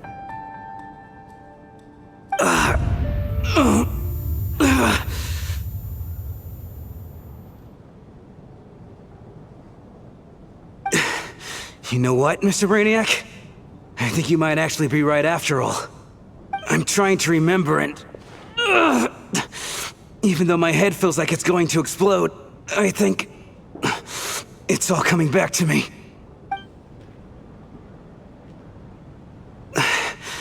I was the one who didn't want to remember my own death, so I forced myself to forget. Well, I'm sure those are painful memories. My lady and I snuck out to go on a date one day. We bought tickets for the theater. It wasn't really my thing, but I was just happy to be together. All of a sudden, a group of people burst into the theater, shouting for all the water imps to get out, performers and audience members included. It was clear the conflict between humans and Fae had reached a boiling point. This time, the extremists were even coming after the water imps who had nothing to do with the war. thought I could pull one over on them. So I took off my jacket, draped it over my lady, and tried to sneak out amid the chaos. But I got caught. They started shouting, calling me a traitor to humanity. But I was going to do whatever it took to buy her a chance to escape, no matter how many people stood in my way. I had to, both as their bodyguard and out of love. It's all right, friend. You can stop there if you want. You don't need to dig all that up again. It's just... Even now, I'm still struggling to accept the truth. How could I be dead? I'm sorry, everyone. If I'd known I was a dead man walking, I wouldn't have dragged you down with me. If I'm the cause of all this death, then punish me however you see fit. But, Mr. Shrim... No. I refuse to be a burden. I know what I have to do. You said I've been wandering the theater for centuries, right?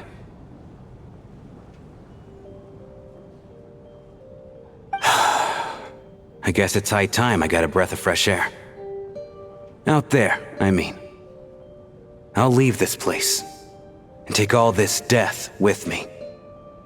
Go out on my own terms. Mr. Shram, I'm sure we can figure out a different course of action. My good sir, we both know I'm not supposed to be here. I should have accepted my death long ago. One way or another, this has to end. Unless you're saying this goes against another one of your military principles somehow. No, I'm speaking on a personal level this time. Let it go, man. Oh, wait. One last thing. Miss Wateramp. My lover. Her name was Litia. Litia Ozarova. Do you know what happened to her? Ozarova. Oh, Auntie Ozarova. That's what we all called her. I remember her as a very kind elder. She had a bunch of kids, too. I'm so glad she survived. And she had lots of kids? Good. That's... good. I could hardly expect her to stay single just because of what happened to me, right? As long as she went on to be happy, that's all that matters. Besides, I'm dead. My soul has been wandering around here for so long because I was worried about her. But now, I can go without regret. There's no need to see me off, my friends. I've enjoyed our time together over these past few days. Perhaps we'll meet again in the next life.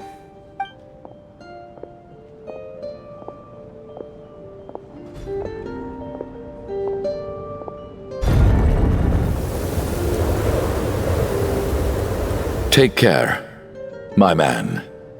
I knew Mr. Shrim was already dead, but... I still feel so sad. Death is cruel, no matter how we might try to make sense of it. So, was the conflict between Fae and humans really that bad back then? I was only little, so I don't remember much.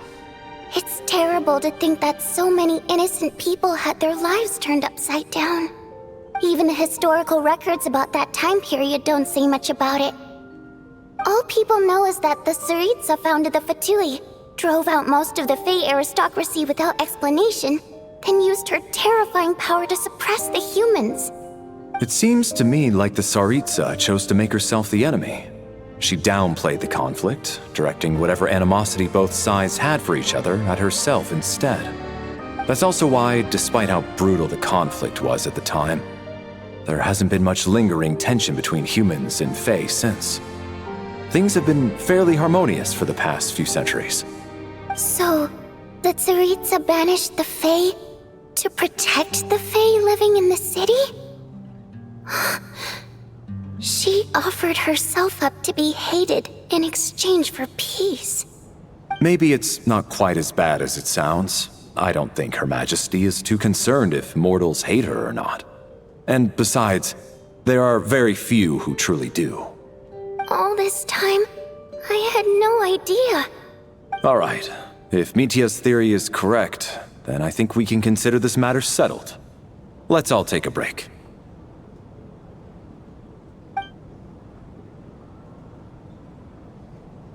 Ugh, if only this blasted storm wasn't still raging on.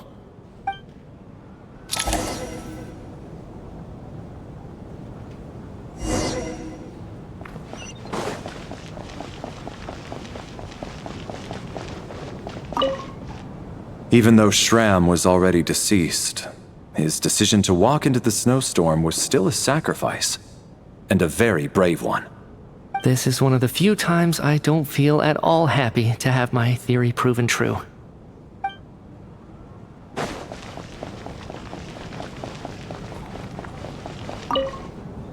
I was actually planning on hiring him as my bodyguard after we got out of here, you know. Oh, poor guy.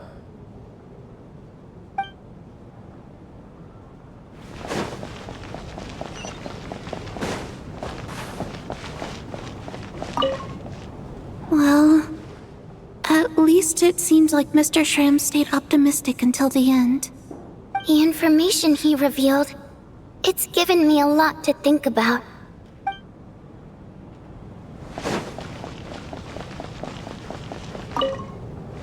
At least the lingering regret that kept him here has been put to rest. That's not necessarily a bad thing.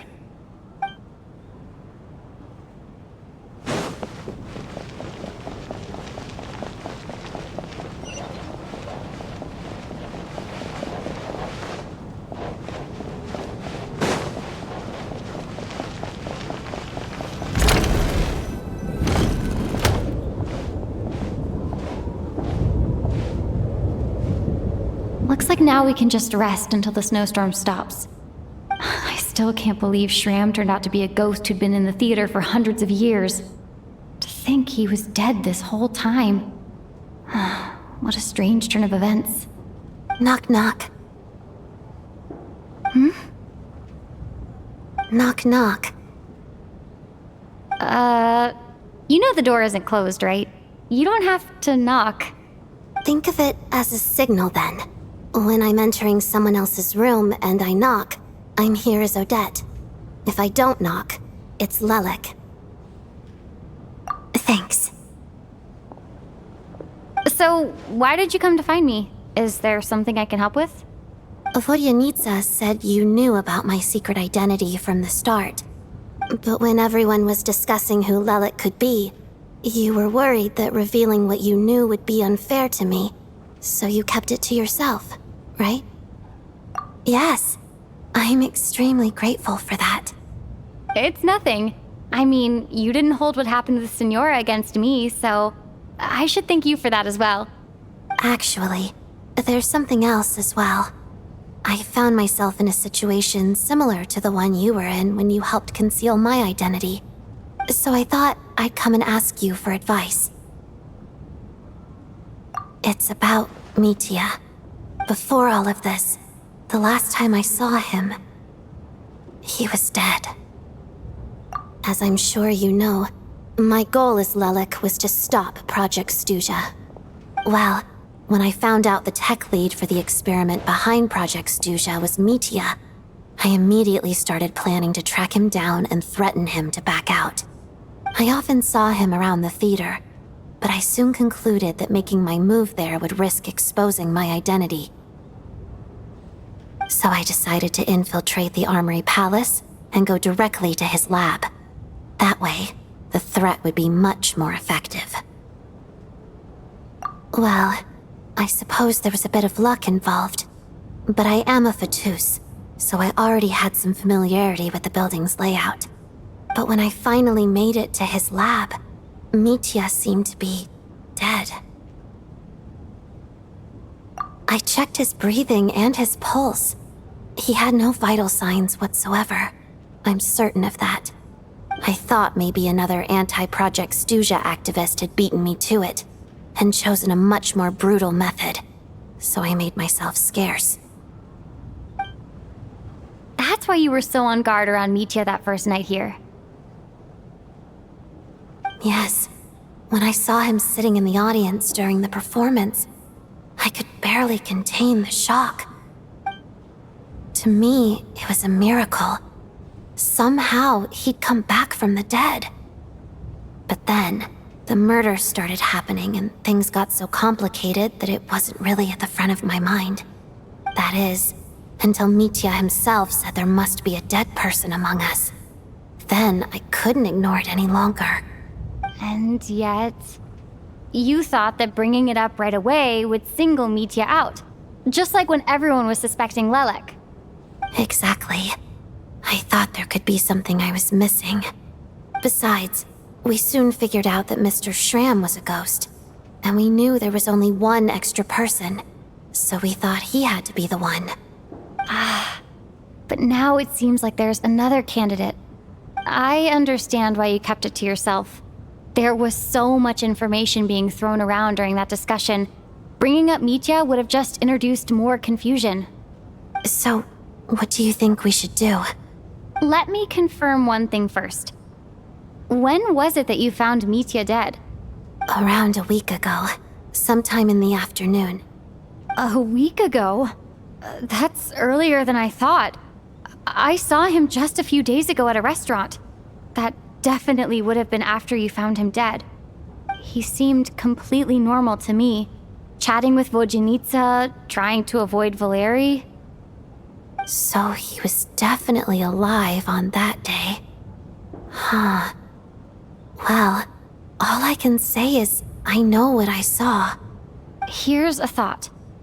The reason we even suspected a dead person could be among us was because of the problem with the theater's ley lines. But Mitya's death happened inside the Armory Palace. The ley line issue affecting the theater shouldn't reach that far. You're right. I guess he doesn't fit the profile of the person we were searching for. I think the chances of it being him are very low. Surely he can't have died for real in the Armory Palace. Unless what? Unless he really did come back from the dead. You're right. Do you think we need to disclose this to the others? Huh, what's this? A private meet and greet? Where do I line up? That's not what's going on here. Well, I was just making the rounds. Thought I'd try to lighten the mood a bit. Vodjanitsa's handing out food if you're hungry.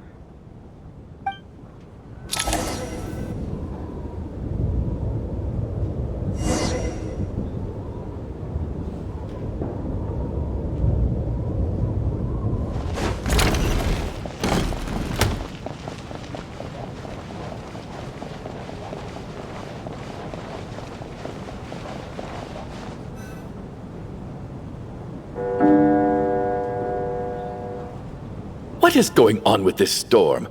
Could it be connected to that monster that just arrived in Snezhnaya? I almost hope it is.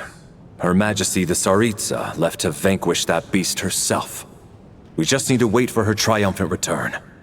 Do you think people still feel the cold after they die? I'm wondering about Schramm. Oh, maybe we should have given him a coat before he went out there. Death itself is cold, isn't it? I'm sure the storm will embrace him. Well, I hope he has a safe journey.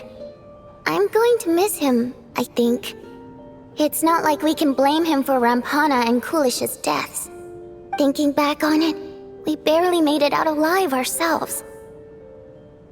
Once we get out of here, how are we going to explain what happened to their families?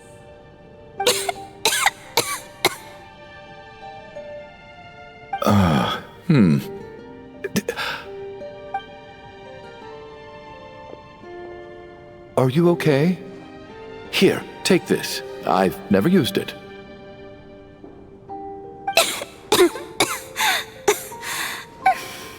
Thanks. Look who's Mr. Nice Guy all of a sudden. Is it because Tonya stood up for you this morning? At least you know how to return a favor. Yeah, without Tonya, who knows how badly he would have been hurt. I told you already, I never intended to resort to violence. Duh, bunch of rascals. Little girl? I was rather surprised when you spoke up for me this morning. I didn't think I had many admirers here, so, thank you. Oh, no need to thank me. I said some bad stuff about you too. I've been, too embarrassed to admit it, but, you remind me a lot of my daughter. So kind to everyone, but never lets her old man off the hook. Unless my wife and I are having a fight, then she's always on my side. Especially when she was little. Every time I took her out...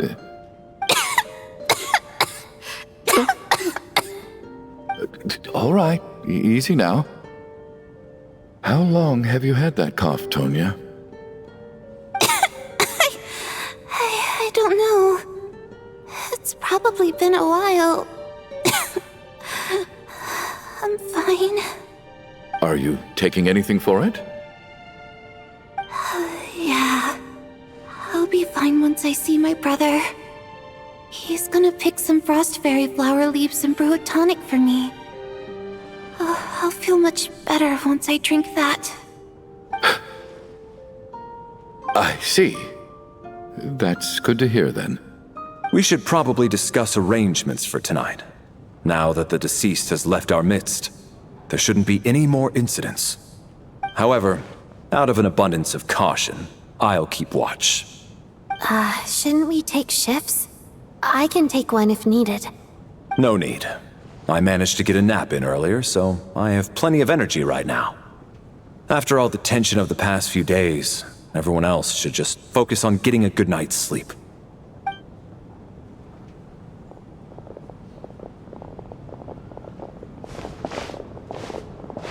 What a long day. This whole situation turned out to be way more complicated than I expected.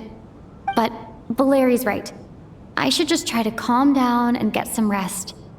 The last thing I want is to give myself nightmares.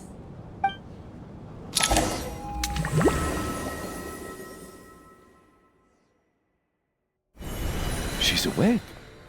She's awake! Get over here, you big lug, and take a look! If you must call me something, call me Mr. Door. The Black Mist is coming. You need to go. Are you all right? Can you walk? We just got attacked by monsters on our way up. That Mr. Door fellow protected us. He just seemed to come out of nowhere. Not much of a talker, but when it comes to taking down monsters, that man doesn't hold back. Curses! The Black Mist is catching up to us. We need to keep going. Mr. Door, I don't believe I've ever seen you around here before. Why is that? There's no need to try to get to know me. Mr. Door, monster! Looking for trouble? I can just push these ones off. Oh, well, anyway, we're lucky to have you here. Thanks for saving us earlier. No need to thank me. This is where my duty lies. What the?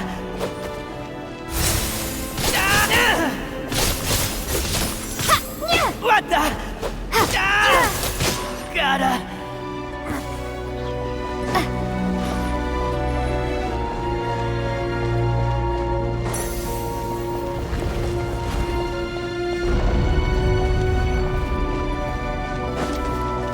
So we're doing this the hard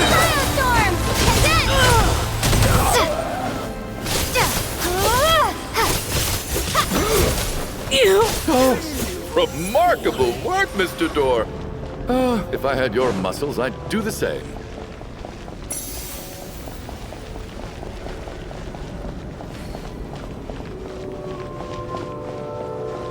Are none of these doors the one you're looking for? No.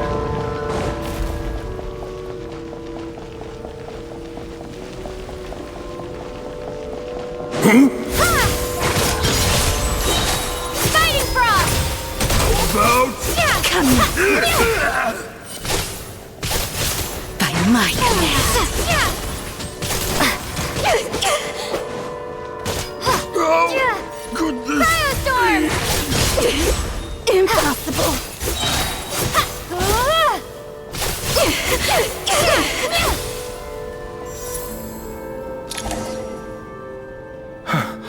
I'm so exhausted. And the black mist is still rising. Oh. Wait, look! There's more monsters down there. Are they coming from within the black mist? No! They're gaining on us! Quick, keep going, or they'll be at our heels any second!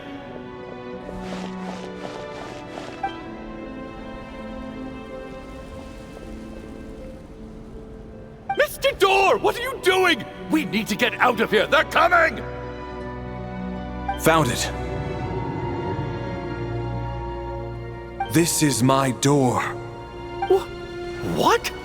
You mean you're going to stay here? I am a door. This is where my duty lies. No! You saved us. We can't leave you behind. You must keep going.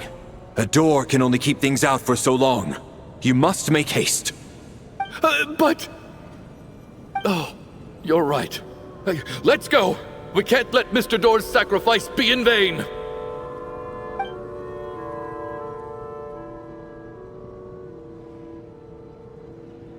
The black mist isn't moving anymore. Looks like both the monsters and Mr. Door are gone. I didn't just imagine all that, did I? Surely I wasn't so scared out of my mind that I hallucinated a door as a human being. Oh, okay, good. There's no way we both hallucinated the same thing. Getting sleepy? Well, looks like we're safe for now. Go ahead. Let's get some rest.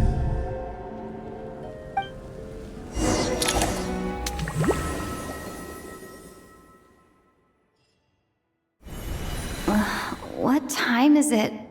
Is it morning? I think I had a nightmare. Oh, I guess everyone's still asleep. These past 2 days have been exhausting. Valeri's keeping watch though, so he's probably the only one awake. Valeri?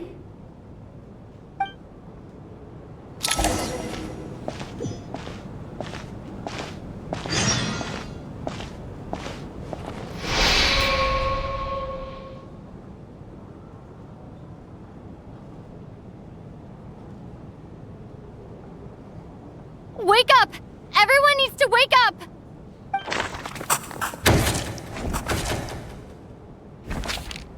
Just like the last 2 nights. No clear cause of death. I've been a real thorn in your side, haven't I, Mr. Valeri? Now you can rest in peace. But for me, life will be all the duller for not having to run away from you, my friend. How's Tonya? Is she okay? I just checked on her, and it doesn't seem like anything serious. She's just exhausted from the past couple of days, and she's still recovering from her illness. We should let her sleep a bit longer. That means Valeri was the only one who died last night.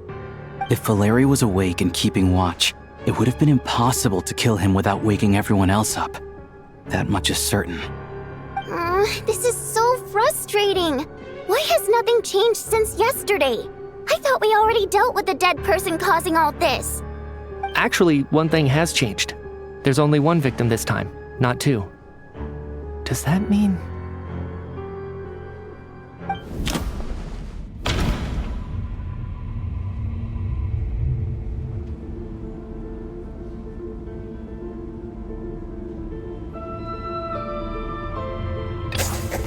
After the deceased Shram left, there was one less victim last night. That more or less tracks. It's a reasonable conclusion, considering the only variable that changed. Oh, the number of people who die each night is equivalent to the number of dead among us. That's your theory, right? Exactly. We identified Mr. Shram, and the night after he left, the death toll dropped from 2 to 1. By that logic, there must be one more dead person left among us. Another one? But there was only one person unaccounted for in the ticket checks, right? The head count should match up now. Having an extra person was definitely a cause for alarm. but being one person short isn't nearly as unusual. Someone could have left in the middle of the show, or made it out before the storm hit. One more dead person among us. If Mitya's theory is right, then what Odette told me seems a lot more relevant. It's just, at the time, we had no reason to think there was more than one dead person. If only we'd taken it more seriously as a possibility, maybe this could have been avoided. I'm sorry. This is my fault. I had information that could have been helpful, but I held back. I should have brought it up right away. I'm partly to blame as well. I was too quick to dismiss Odette's concerns. What is this about? What have you two been getting up to behind my back? Sounds like there's some big news you've been keeping from the rest of us. Well, we're all ears.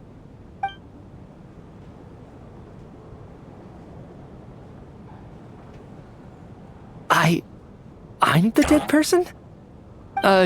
Wow, that's certainly news to me. Odette and I talked about it yesterday, but we thought it just wasn't possible, so we left it at that. Yeah, I don't blame you. If I'd been there, I probably would have reached the same conclusion. It just sounds too unbelievable. Let me just try and verify this. I just scoured my memories trying to think back to the afternoon Miss Odette mentioned. But I honestly have no recollection of dying. That's where I'm different than Mr. Schramm. Having seen Mr. Mitya a few days ago myself, I also find it hard to believe he could be the other dead person among us. Well, if it isn't Mitya, then who? Do we vote on it? If you don't mind me asking, Traveler, I believe you mentioned that you know Tonya's brother. Had you ever met her before all this? No, never. Wait, are you saying... Now just 1 minute. I know where this is going. You can't just randomly point a finger at anyone you want. You're in the hot seat, and all of a sudden you want to divert our suspicions onto somebody else? Trying to pick a fight, Mr. Chuganov? Whenever you open your mouth, all you do is attack people, and I've had enough of it. If you don't want to engage in a civil discussion, you can shut up. You little brat!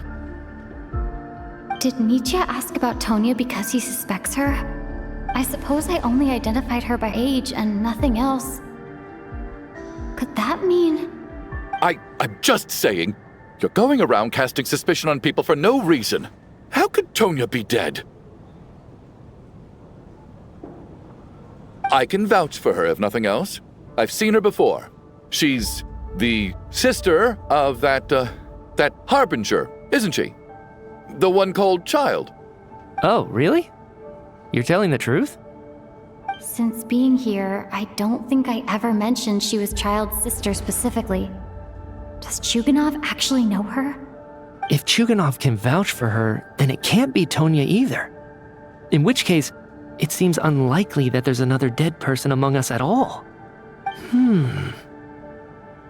Miss Odette, could you go over that afternoon with me one more time, when you found me dead?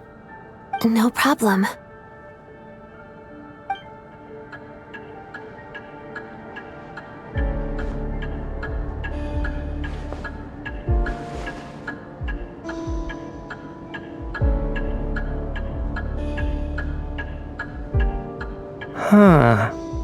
No matter how hard I try, I just can't remember anything about dying.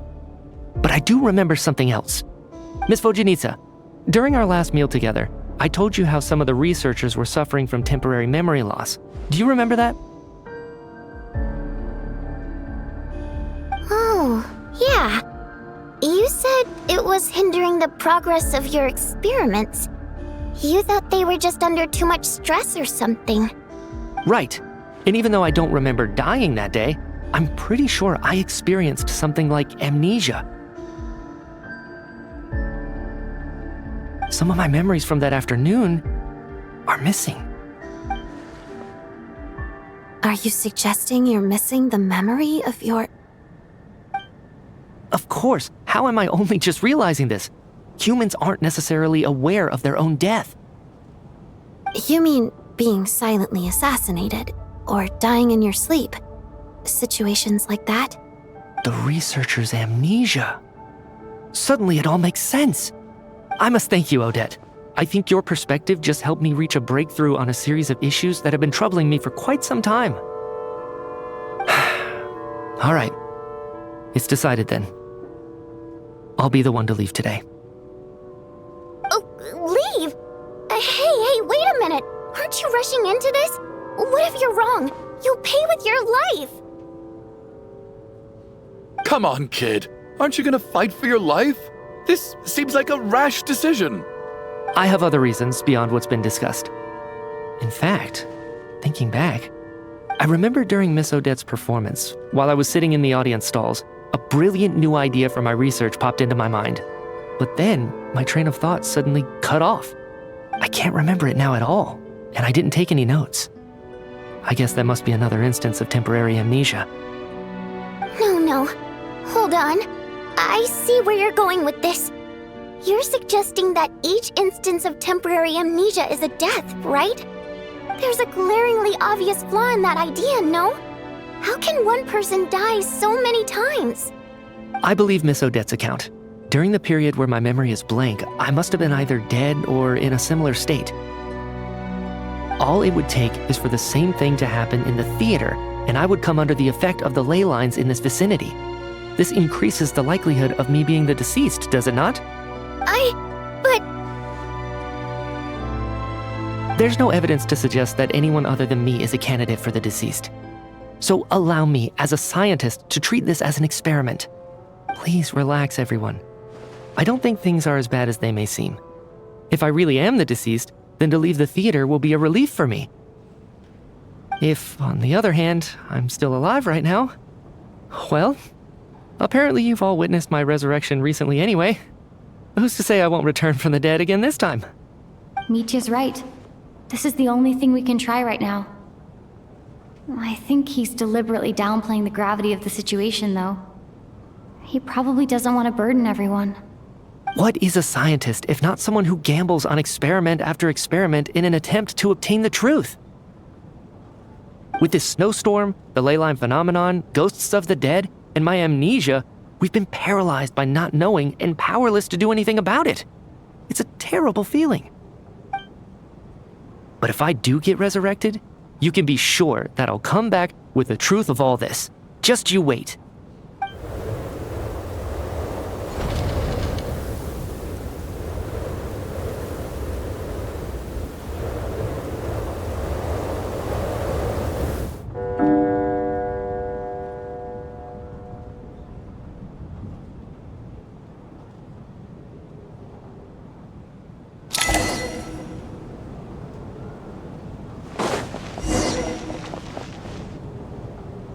Poor Mr. Mitya. I didn't even get to see him one last time. Maybe it's a good thing that you weren't there to see it. It was a hard thing to watch. I hate goodbyes. Why does it feel like everyone around me is slowly disappearing? Not just in here, I mean. In the outside world, too. Maybe it's the realization that, at the end of life, everyone has to face it alone. Come to think of it, the main reason we're still alive right now is pure luck. Each morning here, for every one of us, there's the chance that we might not wake up. You could take it a step further and say that the same is true outside, too. Who can ever be 100% sure when they drift off to sleep that they'll open their eyes again in the morning? If I make it out of here, I'm going to cherish every moment that I'm awake and live without any regrets. Without regrets? I feel like a strange sense of anxiety has been quietly growing inside me over the last 2 days.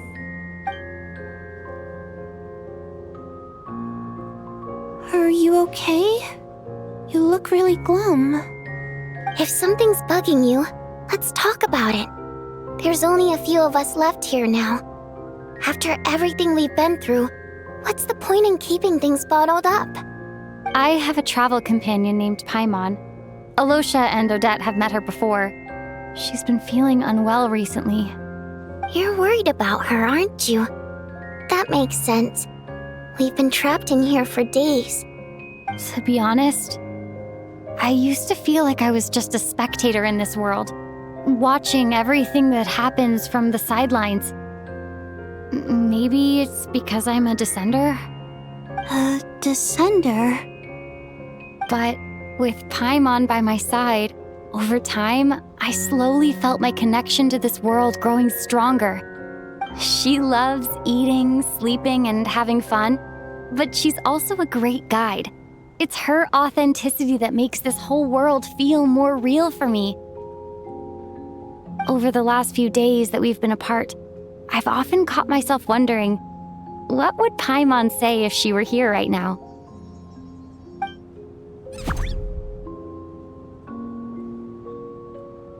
But by the time I snap out of it, the conversation has already moved on and I'm still in my own little world. I'm trying to overcome this sense of detachment, but I really miss Paimon. I guess, in a way, she means the whole world to me. I bet she misses you when you're not there as well. Maybe you're her entire world too. I don't know if this will make you feel any better, but back when the water imps left Snezhnegrad in droves, I also felt like the whole world was suddenly empty. I could be surrounded by people all smiling and having fun, and still feel completely separate from it. So, I totally understand how you feel. Later on, I started to think, maybe accepting the fact that our loved ones won't always be with us is something that takes a lifetime. All we can do is cherish their companionship from moment to moment. So, once we get out of here, you better hurry back to our side as fast as you can. You can't let your story end in regret.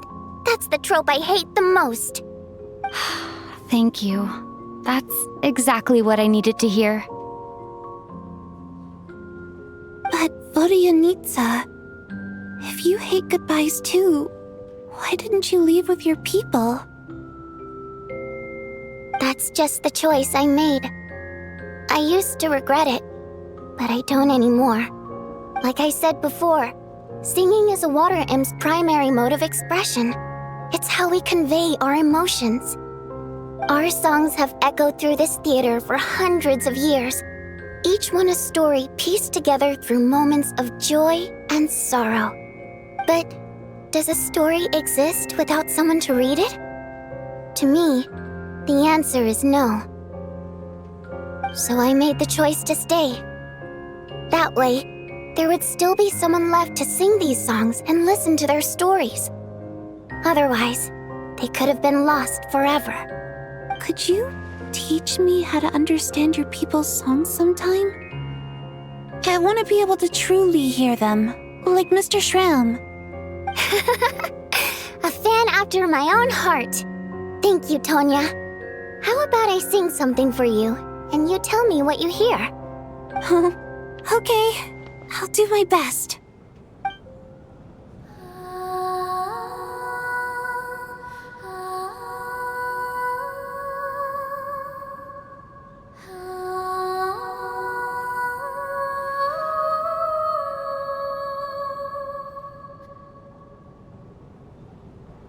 I've never heard that one before. I feel like I can hear a sense of longing somehow. I wonder why that is. Color me impressed, Tonya. You're a keen listener. Most people can only tell if a song is happy or sad. I didn't think you'd be able to pick up on such specific details. So, what's the song about then? Come on, tell me!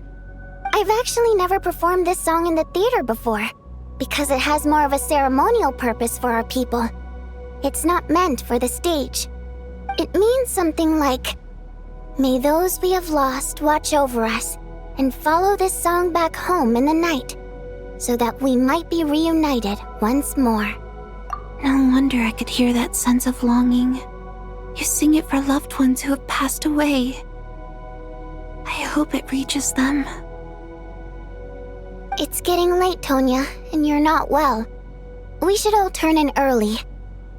I suppose there's no reason to keep watch tonight. Okay. But, before I go to bed, could you sing that song a couple more times for me, Vodyanitsa? Of course. Anything for my #1 fan.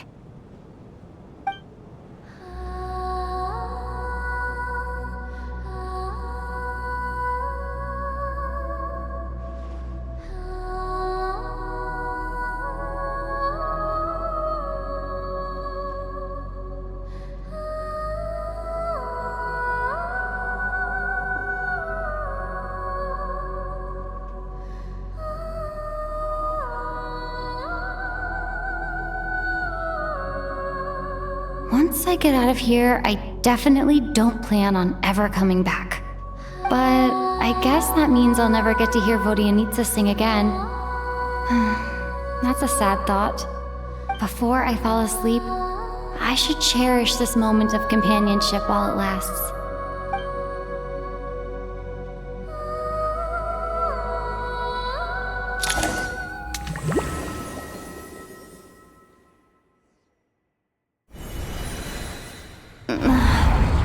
Where am I? It's so dark in here, and I feel kind of dizzy. Am I alone? Huh? What was that noise?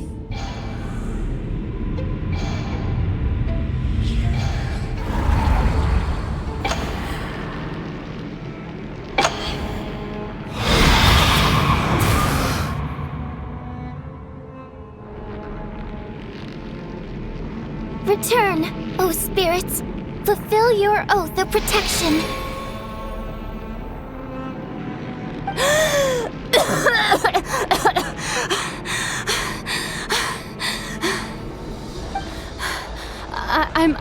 I'm alive? What just happened? No time for questions. Quick, over here. Turn on the switch. We need to bring back the light.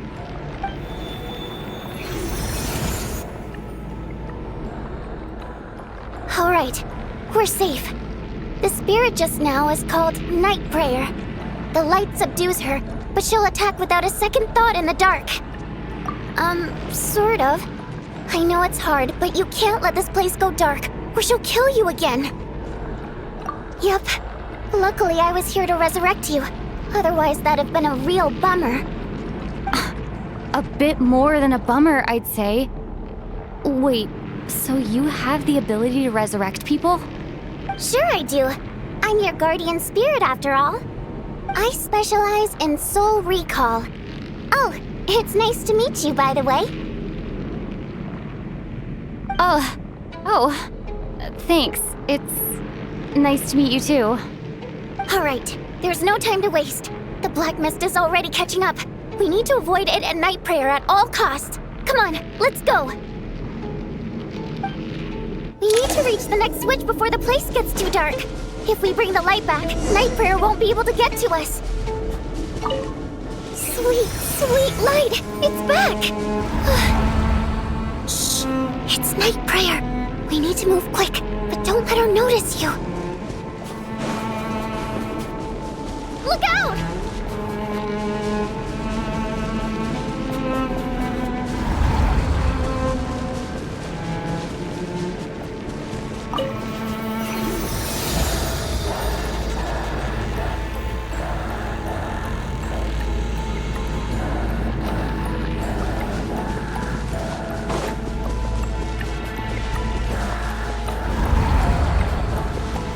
The next switch is over there.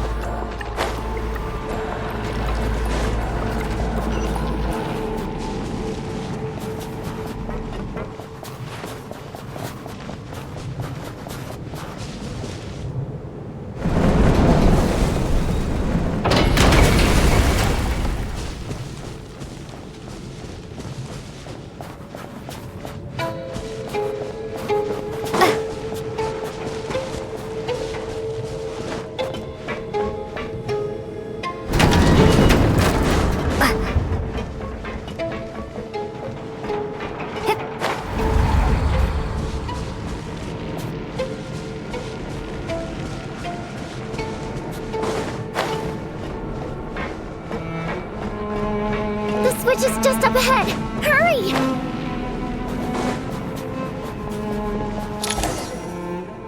It's too dark. We're not gonna make it! Come on, faster!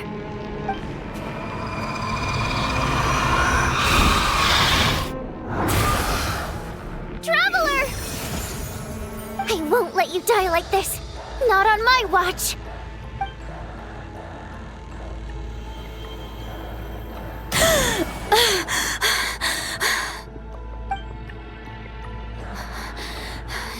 Even though it's not permanent, dying is definitely not a pleasant experience. Great. You're back. Yeah, thanks to you. Time for you to get out of here. Quick, before the light runs out. What about you? You're not coming with me? I can't. I've already been used up. A guardian spirit's skills are finite. I can only resurrect someone so many times. I might not look any different, but my essence has been exhausted. Now, I will slowly start to fade away. I can go no further. The black mist is where I belong. It's okay. Why didn't you tell me sooner? Because it wouldn't have changed anything. That knowledge would have just burdened you. And a guardian spirit's role is to protect. But... Go. Now, before it's too late. I already hear night prayer approaching.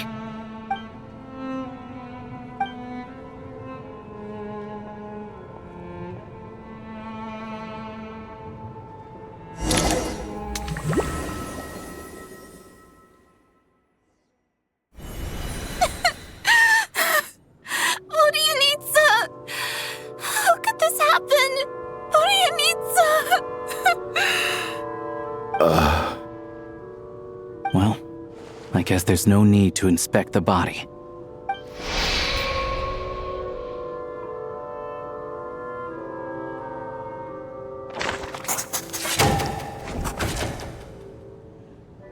This wasn't supposed to happen. You lied to us, didn't you, Chuganov? You've been lying from the start. Take a long, hard look at yourself before you go around accusing other people. I suspected you on day one, Lelik, and now look where we are. By some strange coincidence, you've never been targeted. You just happen to have survived this long? No, you should be the prime suspect.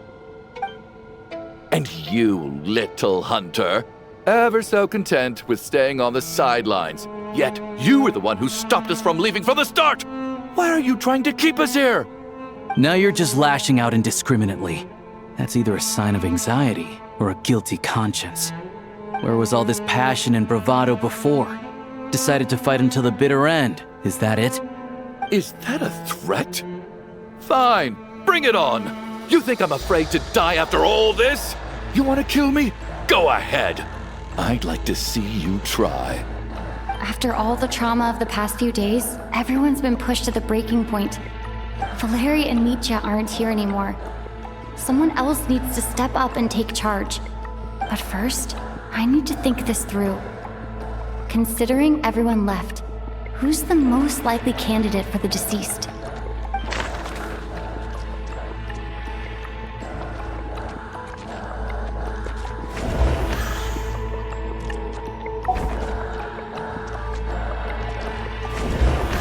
He's arguably the first friend we made after arriving in Snezhnaya. While he works at the theater, we've also met him outside of it, so he can't. Of those who remain, the only person we've never met before is Tonya. There is room to doubt her true identity. People are easily misled by first impressions. Now that I think about it, Childe's sister was in fact a label I imposed on her due to my own assumptions. But Mr. Chuganov vouched for Tonya's identity yesterday, with basically no other possibilities left. Could it be...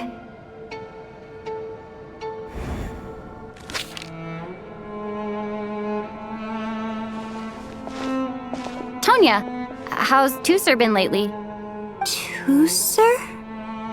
Your brother Ajax must have mentioned me in his letters home, right? Did he say anything about a blonde traveler? No. And my brother's name is Razik, not Ajax. Chuganov, looks like it's your turn to do some explaining. Yesterday you said you could vouch for Tonya.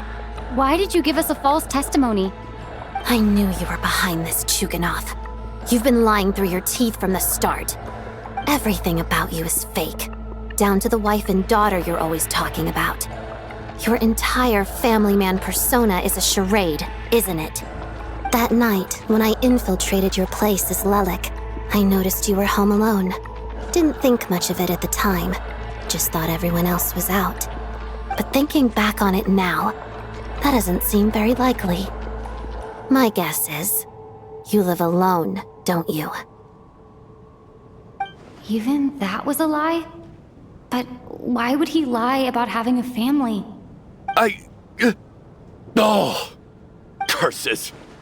Oh, why is there no end to this blasted snowstorm? If it would just stop! If it would just stop. I think I remember now. I know how I ended up here. It feels like a distant memory. But at the same time, it's just like it was yesterday. The reason I'm always coughing is because I got sick with frostbite. The locals usually call it the snow cough. It's not a very common illness. It's partly genetic and partly caused by the cold climate, but it can be fatal. They sent me to the hospital as soon as they found out I had it, and I spent so long lying there in that hospital bed. After a while, I felt myself growing weaker and weaker. Nothing seemed to be working anymore. Neither the treatment that the doctors were giving me, nor the medicine my brother was brewing from frost fairy flower leaves. So one day, I told my brother that I wanted him to take me outside for once, so things could be like they used to, just for one day. I wanted to meet loads of friends, experience new things. He agreed. He snuck me out of the hospital, and we escaped. We got to the theater, bought tickets, and went inside. Oh, it was all so exciting. I remember the show very clearly. It was amazing. But I found myself getting sleepier and sleepier. Oh, Tonya. When I woke up, I couldn't find my brother anywhere, so I guessed he'd already left. But there's no way he'd leave me behind. So I decided to stay here and wait for him. At the time, I figured he'd probably gone to brew some more medicine for me. I was planning to chew him out for abandoning me when he got back. Tonya, it sounds like by then you'd already... Yeah, I know. I understand now. Dead, aren't I? This cough and the feeling weak, it's probably just my body's memory. After all of that, it turns out I can't blame my brother after all. I was the one who abandoned him. I'm sorry, everyone. I realized this much too late. It seems like death skewed my perception. And now I've dragged you all into this mess. Your name probably isn't even Tonya, is it? Didn't that ever strike you as odd over the last few days? Well, when I was little, my brother and I read a storybook, and Tonya is the name of one of the characters. When we escaped from the hospital, our family and the hospital security were looking everywhere for us. So when you first approached me and said my brother had sent you, and called me Tonya, I thought he must have chosen a fake name that only the two of us would know. Because he was afraid of getting caught. Now, seems like that was just wishful thinking. At least your memory of death isn't painful. That is a small comfort. Now it's your turn, Chuganov. Talk to us. I believe no lie is ever told without a reason. You're right. I was lying. I happened to know that the Harbinger child and his sister Tonya managed to get tickets, so I lied to you and pretended I knew them. And yes, I was lying about my family too.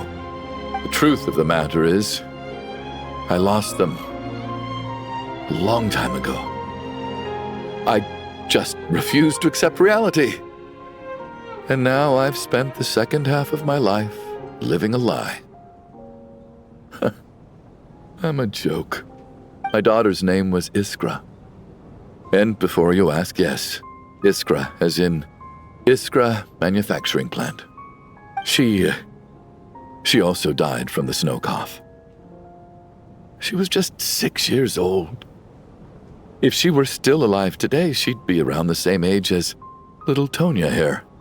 After Iskra passed, my wife couldn't bear to face those memories either. So she chose to start a new life without me.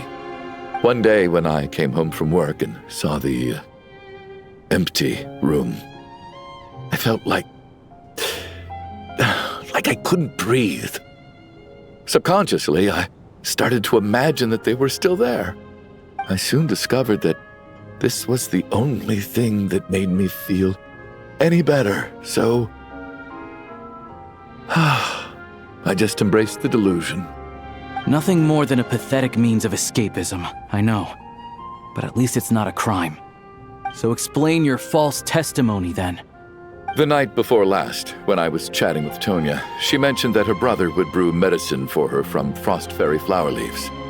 Combined with her various symptoms, I suddenly understood everything, including the fact that she was deceased. The snow cough used to be an incurable illness. I would pick frost fairy flower leaves to brew medicine for Iskra too. It took hours and hours on the stove. But the year after my daughter passed away, the jester of the Fatui announced that a cure for frost blight, also known as the snow cough, had finally been developed. It turned out that all previous treatments were completely ineffective. No better than random concoctions. That was the final straw for me. I just couldn't take it anymore. Just one more year. One more year, and everything would have been okay. So, more than anyone, I know full well that in this day and age, no one in their right mind would still be using frost flower leaves to brew medicine for the snow cough. Poor Miss Tonya, therefore, had to have been from an era when snow cough was still a terminal illness. So, you projected your daughter onto her? Even though you knew she was one of the dead? That doesn't make any sense. You knew she was already dead. What did you hope to achieve by protecting her?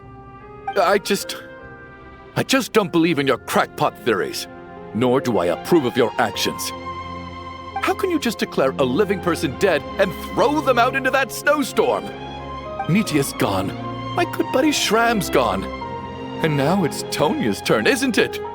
The others I can make my peace with, but little Miss Tonya, here she is, standing right in front of us, alive and breathing, and fighting her own battles. Yet you're quite happy to say she's dead? I just want her to live. Once this snowstorm is over, the very moment it stops, I'm going to march out that door and find someone who can fetch the very best medicine for her snow cough. I'll be damned if I'm gonna let you cast her out into the snowstorm before I have the chance to cure her. Not again! Not this time! Not when the cure is right within our grasp!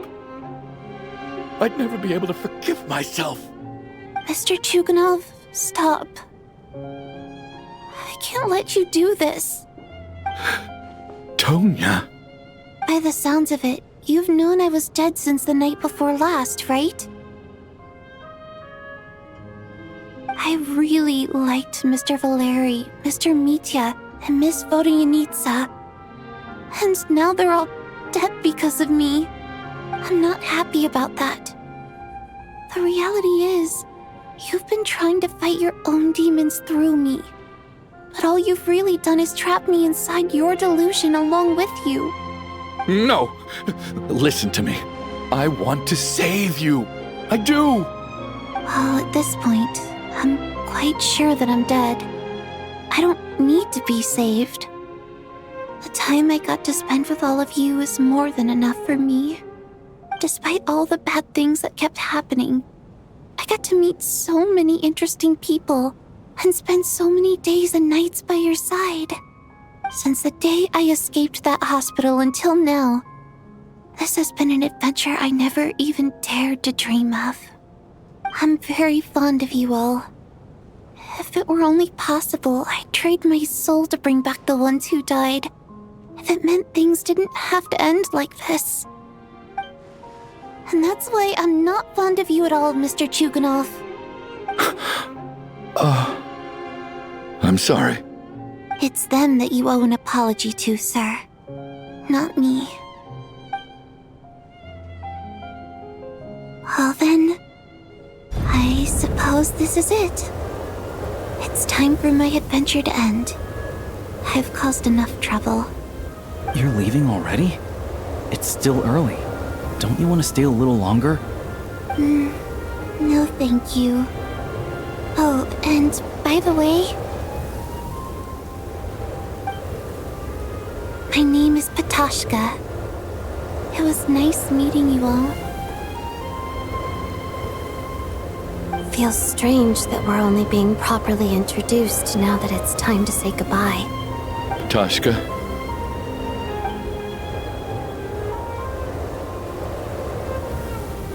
What are you doing, Chuganov? Are you crazy? Let me leave. I can't keep lying to myself anymore. In your dreams. Don't think you're getting off that easy when you had a hand in the deaths of so many people. The Fatui have honed quite an array of enhanced interrogation techniques since they were founded. Once we're out of here, Lelik will personally give you a taste of every last one.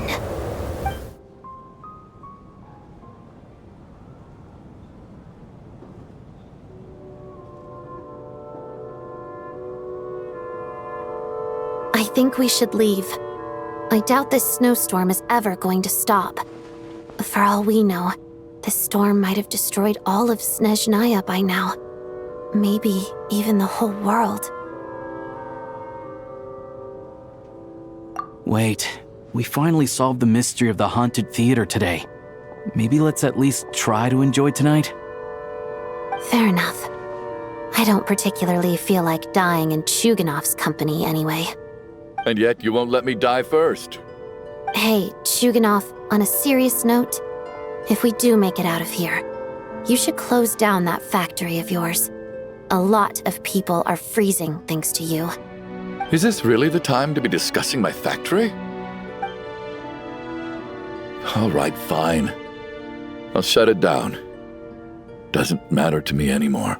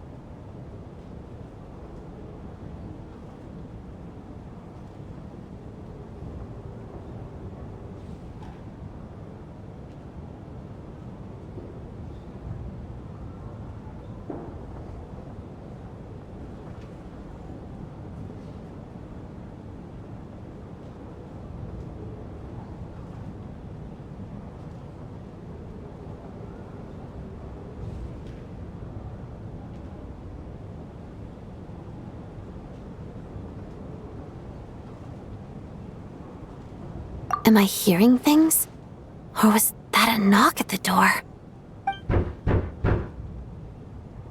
There it is again. But I don't understand. The snowstorm hasn't stopped, has it? Should we open the door? Is this it? Is this nightmare finally over? If the last few days are anything to go by, I probably shouldn't be getting my hopes up.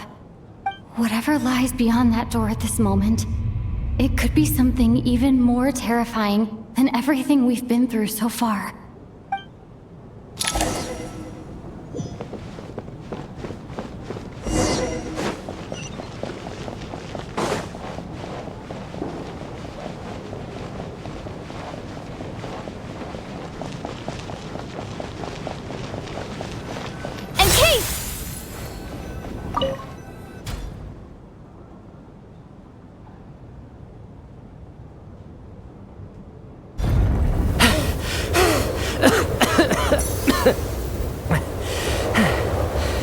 Hey everyone, I'm back.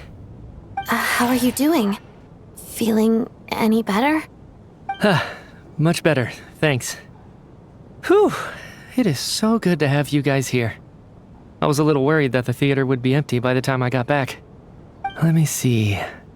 Tonya and Vodyanitsa are missing, which means Vodyanitsa died last night. And then you discovered that Tonya was the other dead person. Am I right? Not Tonya. Pitashka. First, tell us how you made it back here. Given the conditions outside, no one should be able to return alive. You're right. The thing that got me back safely was a song. I heard someone singing. After walking into the snowstorm, my mind grew hazy. I don't know how long I walked through the storm before my mind completely slipped away. Then, suddenly, I heard the sound of singing. The voice instantly brought me back to my senses, and I regained consciousness. So I followed the voice, searching for the source of the singing.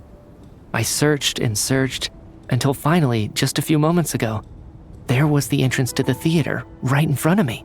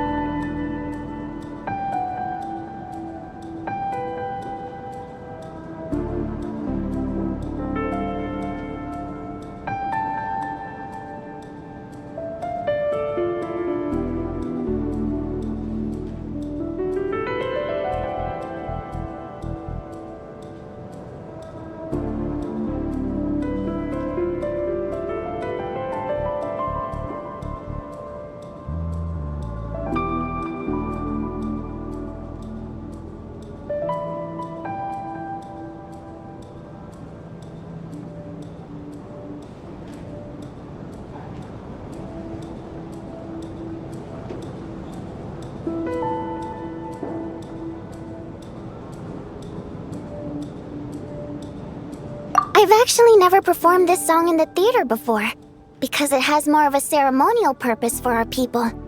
It's not meant for the stage. It means something like, "May those we have lost watch over us, and follow this song back home in the night. so that we might be reunited once more. That must have been Vodyanitsa's Requiem. Who knew it actually worked?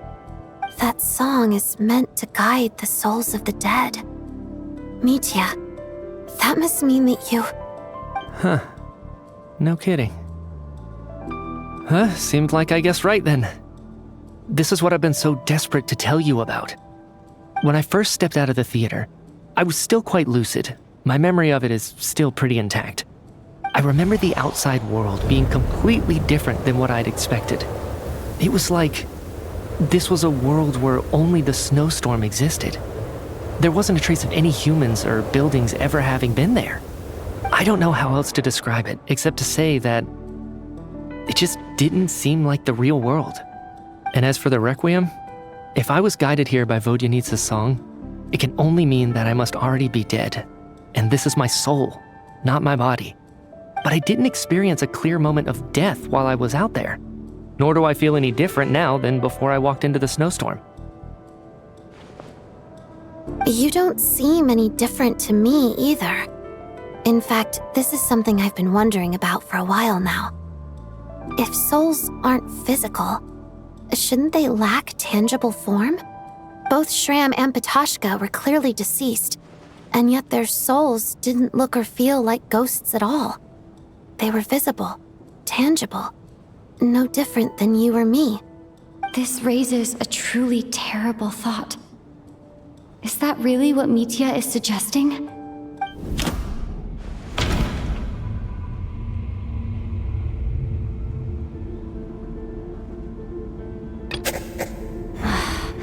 Dreams can't explain everything, and this isn't the Sub-Zero's festival. Mitya's soul was summoned back by the Requiem, confirming that he is indeed already dead. And yet, he looks no different from us.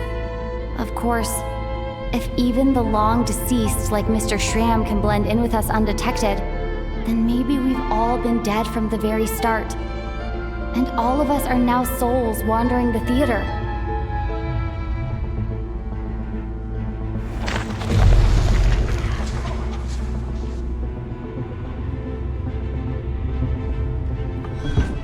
Yes. I think that this is probably the afterlife. What did you say?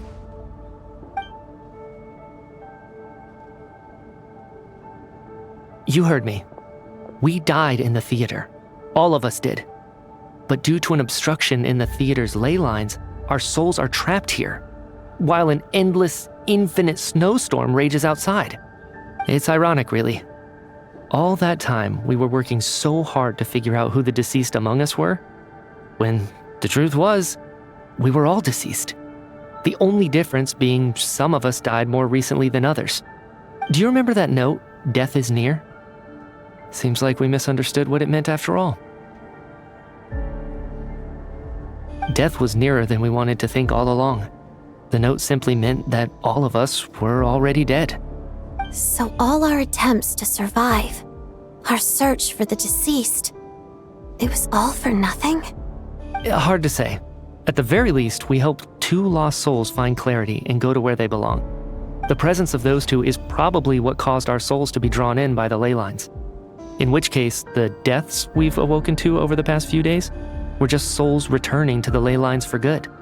If what you're saying is true, doesn't that make us the lost souls now? Huh, no wonder. This afternoon, when I was moving Vodyanitsa's body, I noticed that the other bodies in the room hadn't decayed one bit after all these days. That's further proof that those aren't physical bodies at all, but merely our shells here in the afterlife. Am I really dead? This doesn't feel real to me at all. No, that's impossible. This cannot be how it all ends. I still find it hard to believe that all of us are dead. How exactly did we die in the real world? None of us have any memories of dying, right?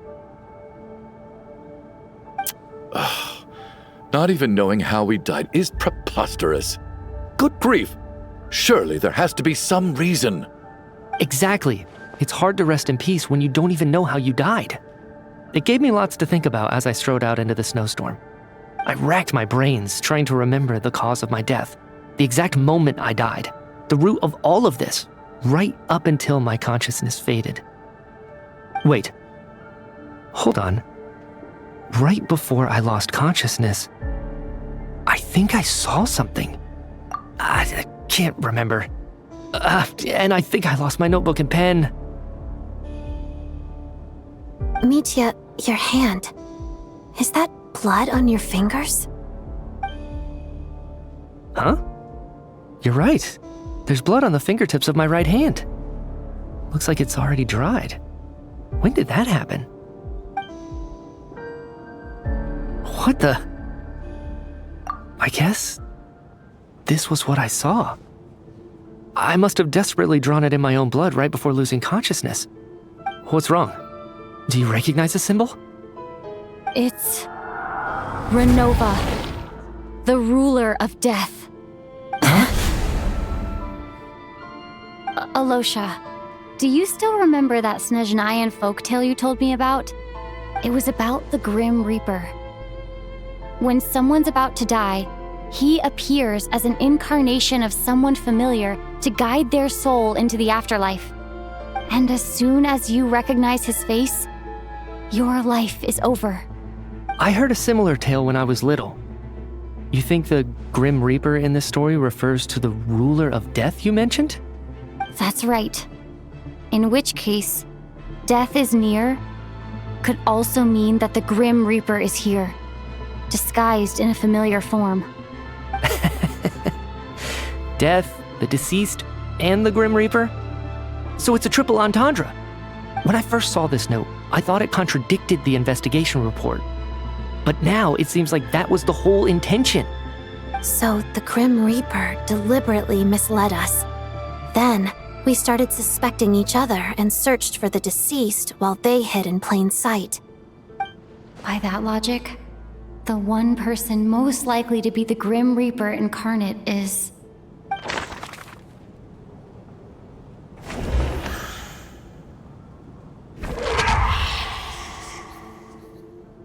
No doubt about it.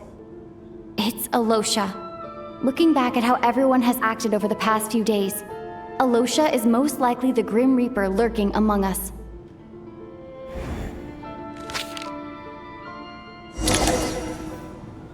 Is it you, Alosha? You were the first to discover the investigation report, and you had plenty of time to slip the note inside to mislead us. So? Surely you can't suspect me based on that alone. What if someone else found the investigation report first, slipped the note inside, and then put it back without telling anyone? There's no denying it. The note could easily have been slipped in much earlier than it was discovered. That's not all. I've also noticed that, although on the surface, Valeri, Mitya, and sometimes I were the ones taking charge of the situation, looking back now, even though you didn't say much, you were always subtly guiding everyone from the sidelines. What do you mean? You were the one who emphasized how dangerous it was outside and insisted we all stay here. It was also you who suggested that we all sleep in the same place. And earlier today, you tried to convince Patashka to stay. I don't understand why, but it was out of character. So, you didn't understand my intentions, and now you're assuming the worst. Seems pretty unreasonable if you ask me. He still won't admit it? Fine. Let's see how he responds to the most damning evidence of all. The biggest question I have right now is, if the Grim Reaper is impersonating Alosha, then where's the real Alosha? When did they switch?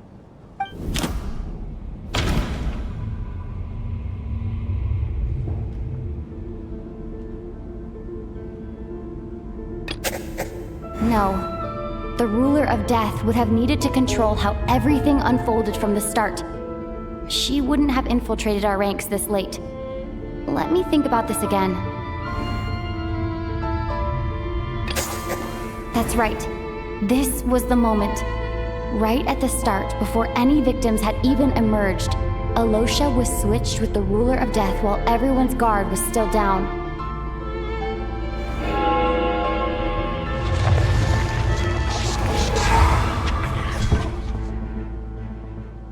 When all this began, right after the performance ended and the snowstorm began to pick up, no one suspected anything unusual. We just assumed we were snowed in. It wasn't until we discovered the bodies the morning after that we realized something out of the ordinary was going on. But it's clear now that the oddities actually started earlier than that, when Dimov walked into the snowstorm and never came back. Right. So Mr. Dimov was the first victim, not Sobolova and Torgov. And if we pinpoint that moment as the beginning of this incident, then one thing becomes clear.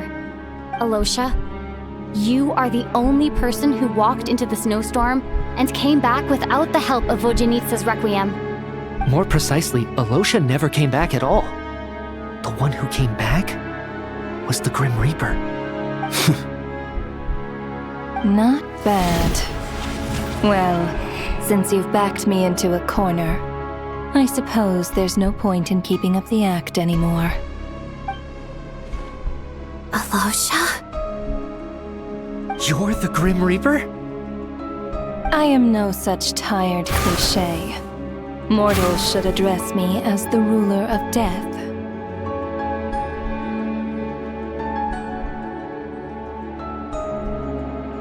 Before being wiped out for good, you identified the two deceased, and even sensed my presence. A commendable achievement, far beyond what I expected.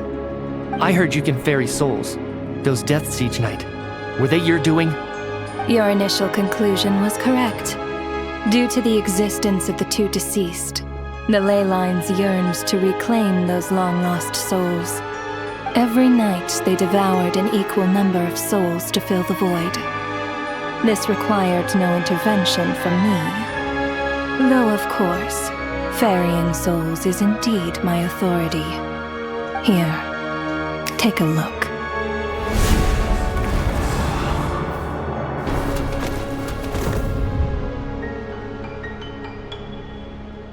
What are you doing? That takes care of today's too. Don't get so worked up. You are already dead, and your souls must return to the ley lines. I know we're already dead. You murdered us, didn't you? Murdered? No. Murder is when mortals usurp my authority. Death is my jurisdiction. If I require someone to die, I need not resort to such laborious methods as murder.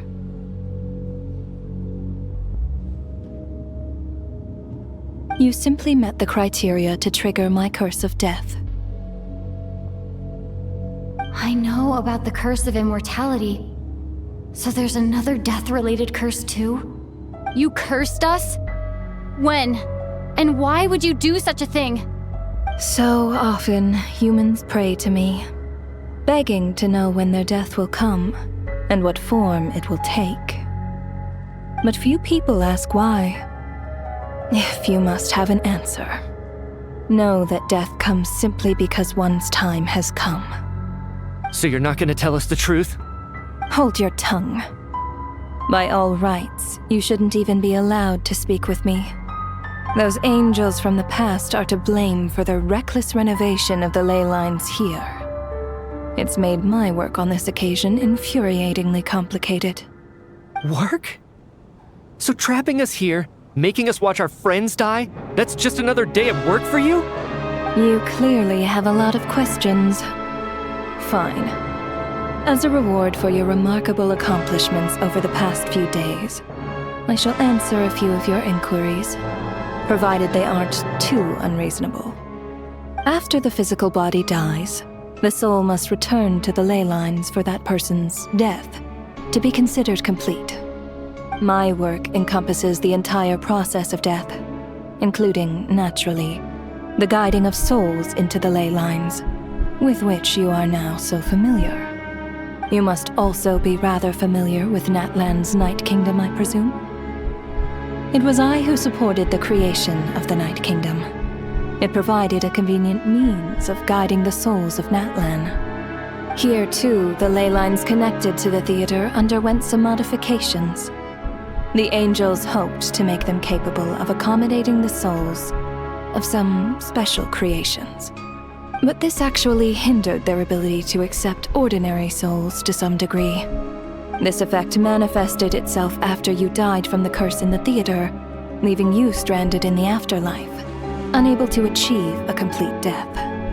But if souls who die from the curse of death fail to return to the ley lines within a short window of time, they will miss their chance for good. Then, they will remain forever suspended between life and death, no longer subject to the authorities of either. So if you don't resolve this matter soon, and see all our souls return to the ley lines before long, we'll escape your control. Mitya is sharp. This must be what Ronova was worried might happen, and the reason she got involved to begin with. But if you have the authority to guide souls, why didn't you just show yourself and get it over with? Why hide among us in the form of Alosha?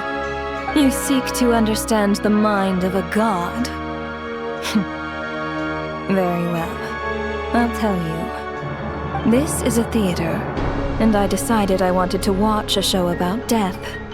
That's why I encouraged you to take the events to the stage. I found myself getting quite immersed. I suppose the entertainment you provided makes up for all the trouble you've caused me by being so defiant in the face of death. There. Are you happy with my answer? Can't say I am. Really? But it fits the stereotypes you humans have about gods. Just moments ago, you were complaining about how infuriatingly complicated your work here has been. Work is work, I get it. There are times when it's a huge pain, but you just have to get it done, right? That's a rather unique perspective for a human. You are in fact correct. There is a pain point in this case. Due to the obstruction in the theater's ley lines, there is a hard limit on the number of souls they can receive each day, making it impossible for me to ferry all your souls at once.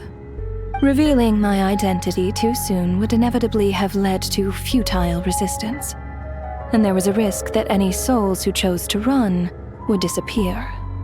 Then there was the issue of the 2 lost souls you called the deceased. The way you resolved that quandary was all part of my design. That's what I don't understand. If all of us were souls of the dead, what made their presence among us special? For centuries, they have refused to return to the ley lines, exploiting the issues created by the angel civilization to resist being drawn in. Centuries of obsession accumulated during this process. You may think of this obsession as the resentment of the dead, and in this quantity, it was a bomb that could have detonated at any moment. It reached the point where I could not afford to leave it unchecked. But the only way to fix it was to help them acknowledge their own deaths, make peace with their regrets, and willingly walk into the snowstorm. Only then, with my guidance, could they finally return to the ley lines. Otherwise, you would not like to know what the consequences would have been. I vaguely remember seeing Patashka, but in the most terrifying form. Was that in a dream? Is that what would have become of her if she hadn't returned to the ley lines? I see your dreams brought you many revelations. So you see, death in fact grants wisdom to mortals. Souls connect to all things in the world and see the chain of cause and effect between them. It's nothing unusual. Anyway, giving psychological counseling to lost souls is not my strong suit. That is more of an angel's role. It was something I could not resolve directly using my authority, so I decided it was easier to leave the bomb defusal to you. Meanwhile, of course, their presence caused the souls of other members of your party to return to the ley lines each night. From where I stand, that was killing 2 birds with 1 stone. As both issues slowly resolved one another without me having to lift a finger, all I had to do was stay close by and keep the situation under control. Then use my authority to wrap things up at the end. And, of course, while I was at it, I thoroughly enjoyed watching this drama, dealing with death from a mortal perspective, play out on the stage. Sounds like you had it all figured out, Grim Reaper. I just did the math. You said there's a hard limit to the number of souls the ley lines here can receive each day. It's 2, isn't it? That much is obvious, even to a fool. It's time to review this whole affair. If the ley lines can only take in 2 people per day, I need to go over the deaths from these past few days again.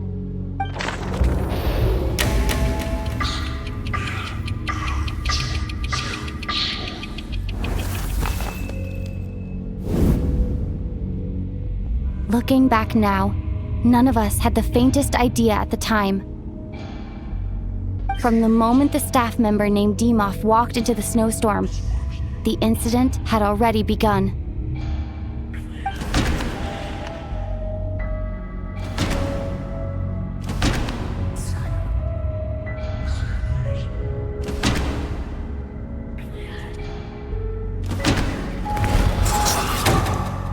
Alosha was the second to walk into the snowstorm after Demoff to investigate. During this process, the ruler of death assumed his identity, making him one of the victims.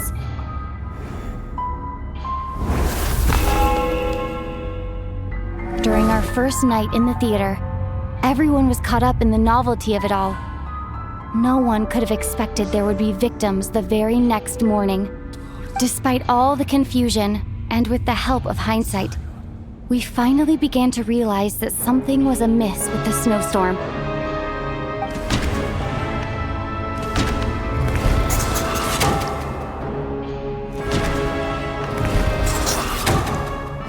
The ley lines devoured Torgov and Sobolova on the first night. At the time, we thought this might be a murder case connected to Lelek.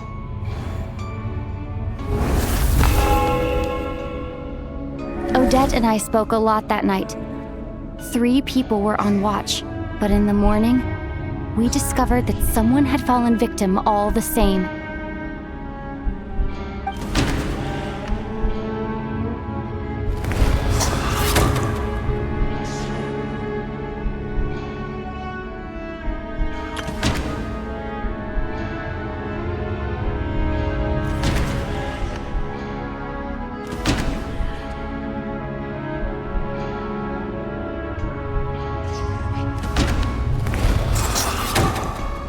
The deaths of Kulish and Ranpana caused everyone to stop suspecting Lelek.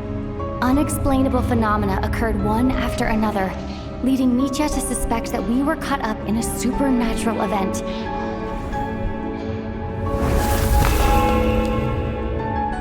Later, we discovered that there seemed to be an extra person among us, and subsequently discovered the existence of the deceased.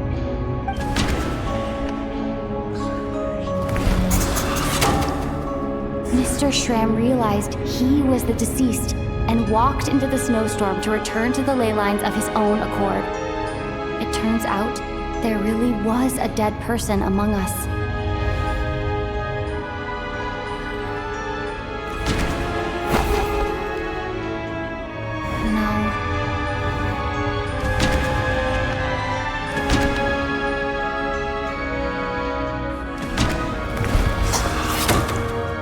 We thought it was all over, but Mr. Valeri's death was a rude awakening for everyone.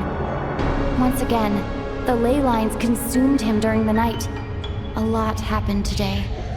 Mr. Valeri's death led us to discover the connection between the number of deceased and the number of victims during the night.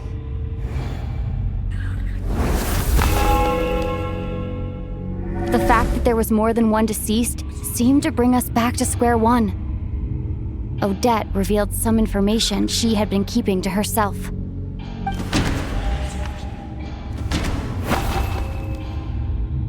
Although Mitya did indeed walk into the snowstorm that day, he returned from the ley lines with the help of Vodyanitsa's Requiem. The void in the ley lines hasn't been filled. So, let's rule out Mitya for now.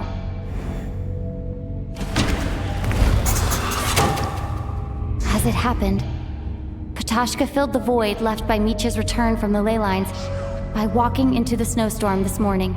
The girl I thought was Childe's sister, Tonya, turned out to be another of the theater's deceased.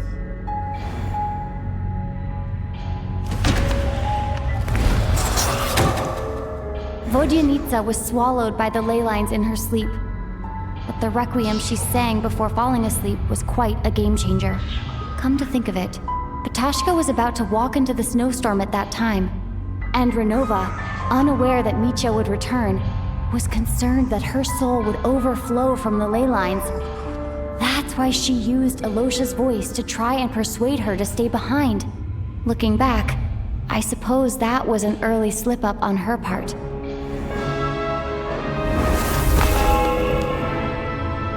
No one could have expected anyone who walked into the snowstorm to return. But just after nightfall, Mitya returned, bringing crucial information with him. Various truths began to surface, including that all of us were already dead, and that the ruler of death was here among us. Then, after revealing her true form, Ronova callously claimed 2 souls.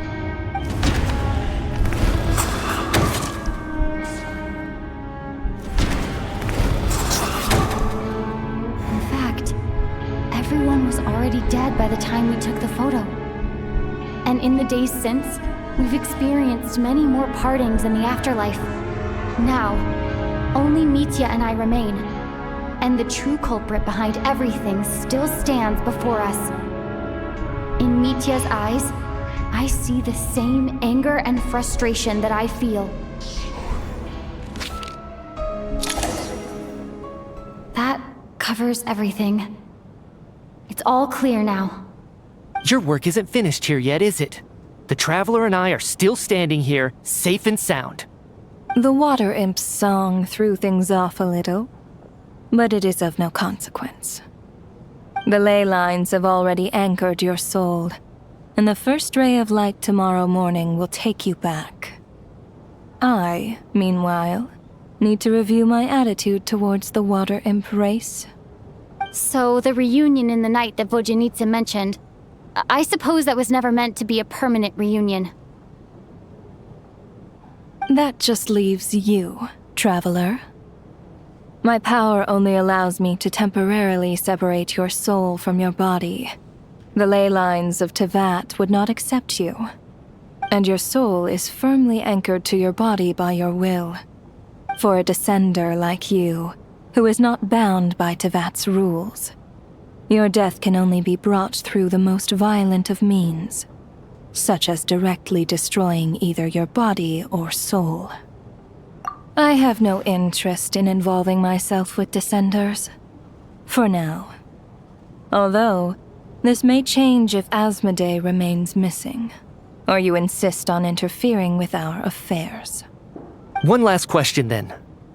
All our struggles and sacrifices here, they were meaningless from the very beginning, weren't they? Death abides no reason. Besides, what you call sacrifice is merely a concept created by humanity. To me, it is nothing more than a self-indulgent charade in the face of death. Mere mortals fantasizing that their actions could reclaim something from my grasp. A truly laughable idea.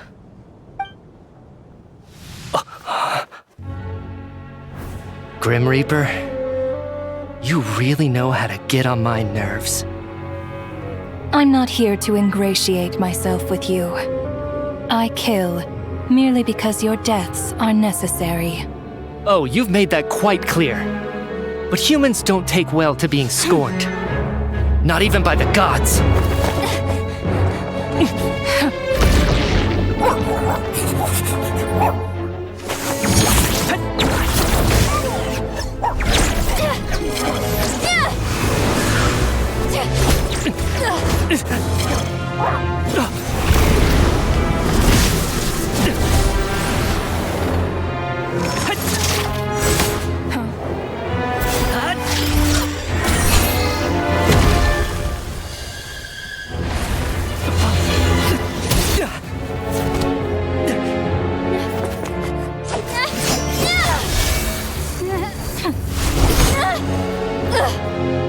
This is futile. You must know that you are powerless against me in my own domain. I suggest that you save your strength. For what? Maybe we can't change it. But if nothing else, we can at least teach you to have some respect for the dead. Audacious.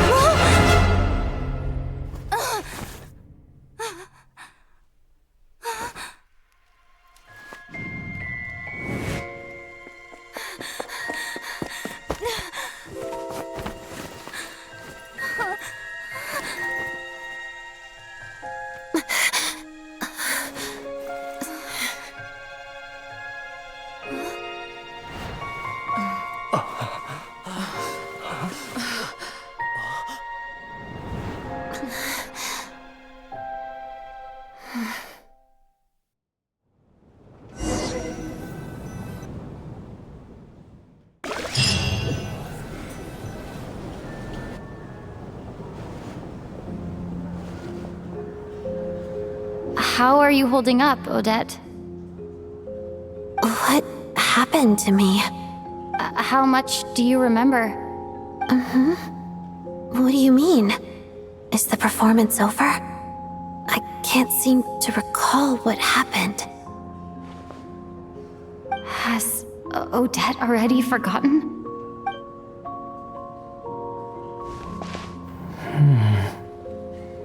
Mitya? Oh, I'm sorry. I guess I spaced out there for a second. Remind me who you are? Don't you remember anything?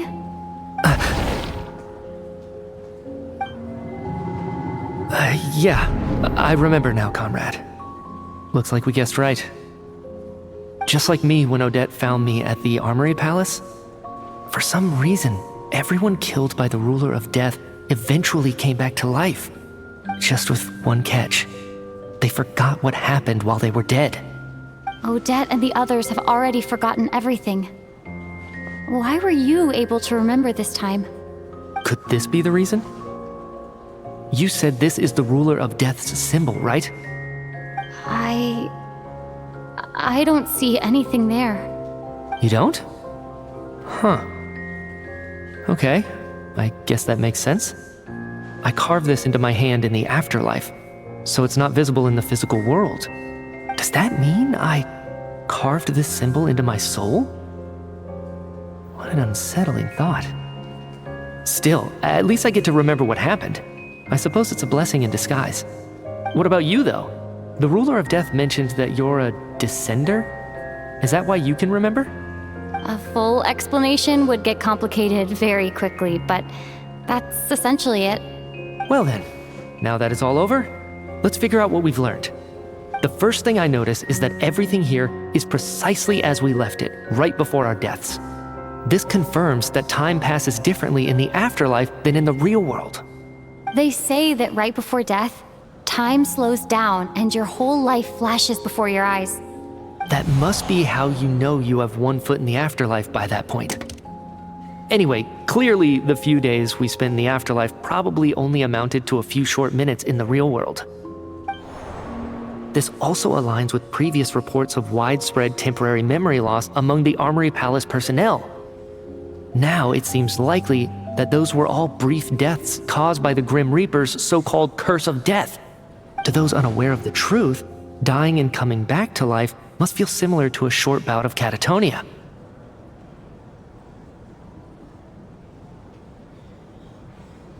This leaves me with a couple big questions. What are the conditions that trigger this so-called curse of death? And why are we resurrected after we die? If nothing else, I think it shows that killing us wasn't her ultimate goal. We still don't know her true reasons for subjecting us to death. Right. This time only got complicated because of the situation with the theater's ley lines. That's why she had to approach it differently. If the previous incidents of amnesia among the researchers are anything to go by, killing us is usually a pretty routine matter.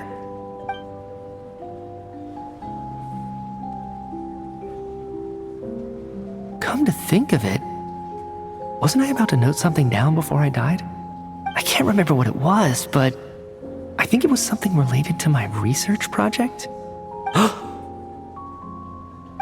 Sorry, Traveler. I'll catch up with you again later. Right now, I have to make a trip back to the Armory Palace. Ma'am, if I may, no one of your description has ever shown up in my investigations into Mr. Mitia's friends. Yet, you two seem very familiar with each other. Could you perhaps tell me where he was in such a rush to get to? And, by the way, have we ever crossed paths? Forgive the presumptuousness, but I feel a vague and indescribable sense of familiarity about you. I can explain everything. Could you help me gather everyone in the theater in one place?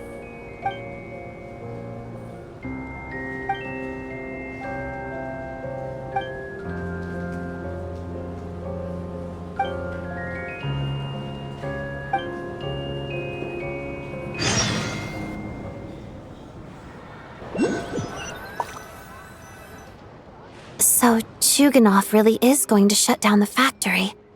I guess this theater incident actually did us some good after all.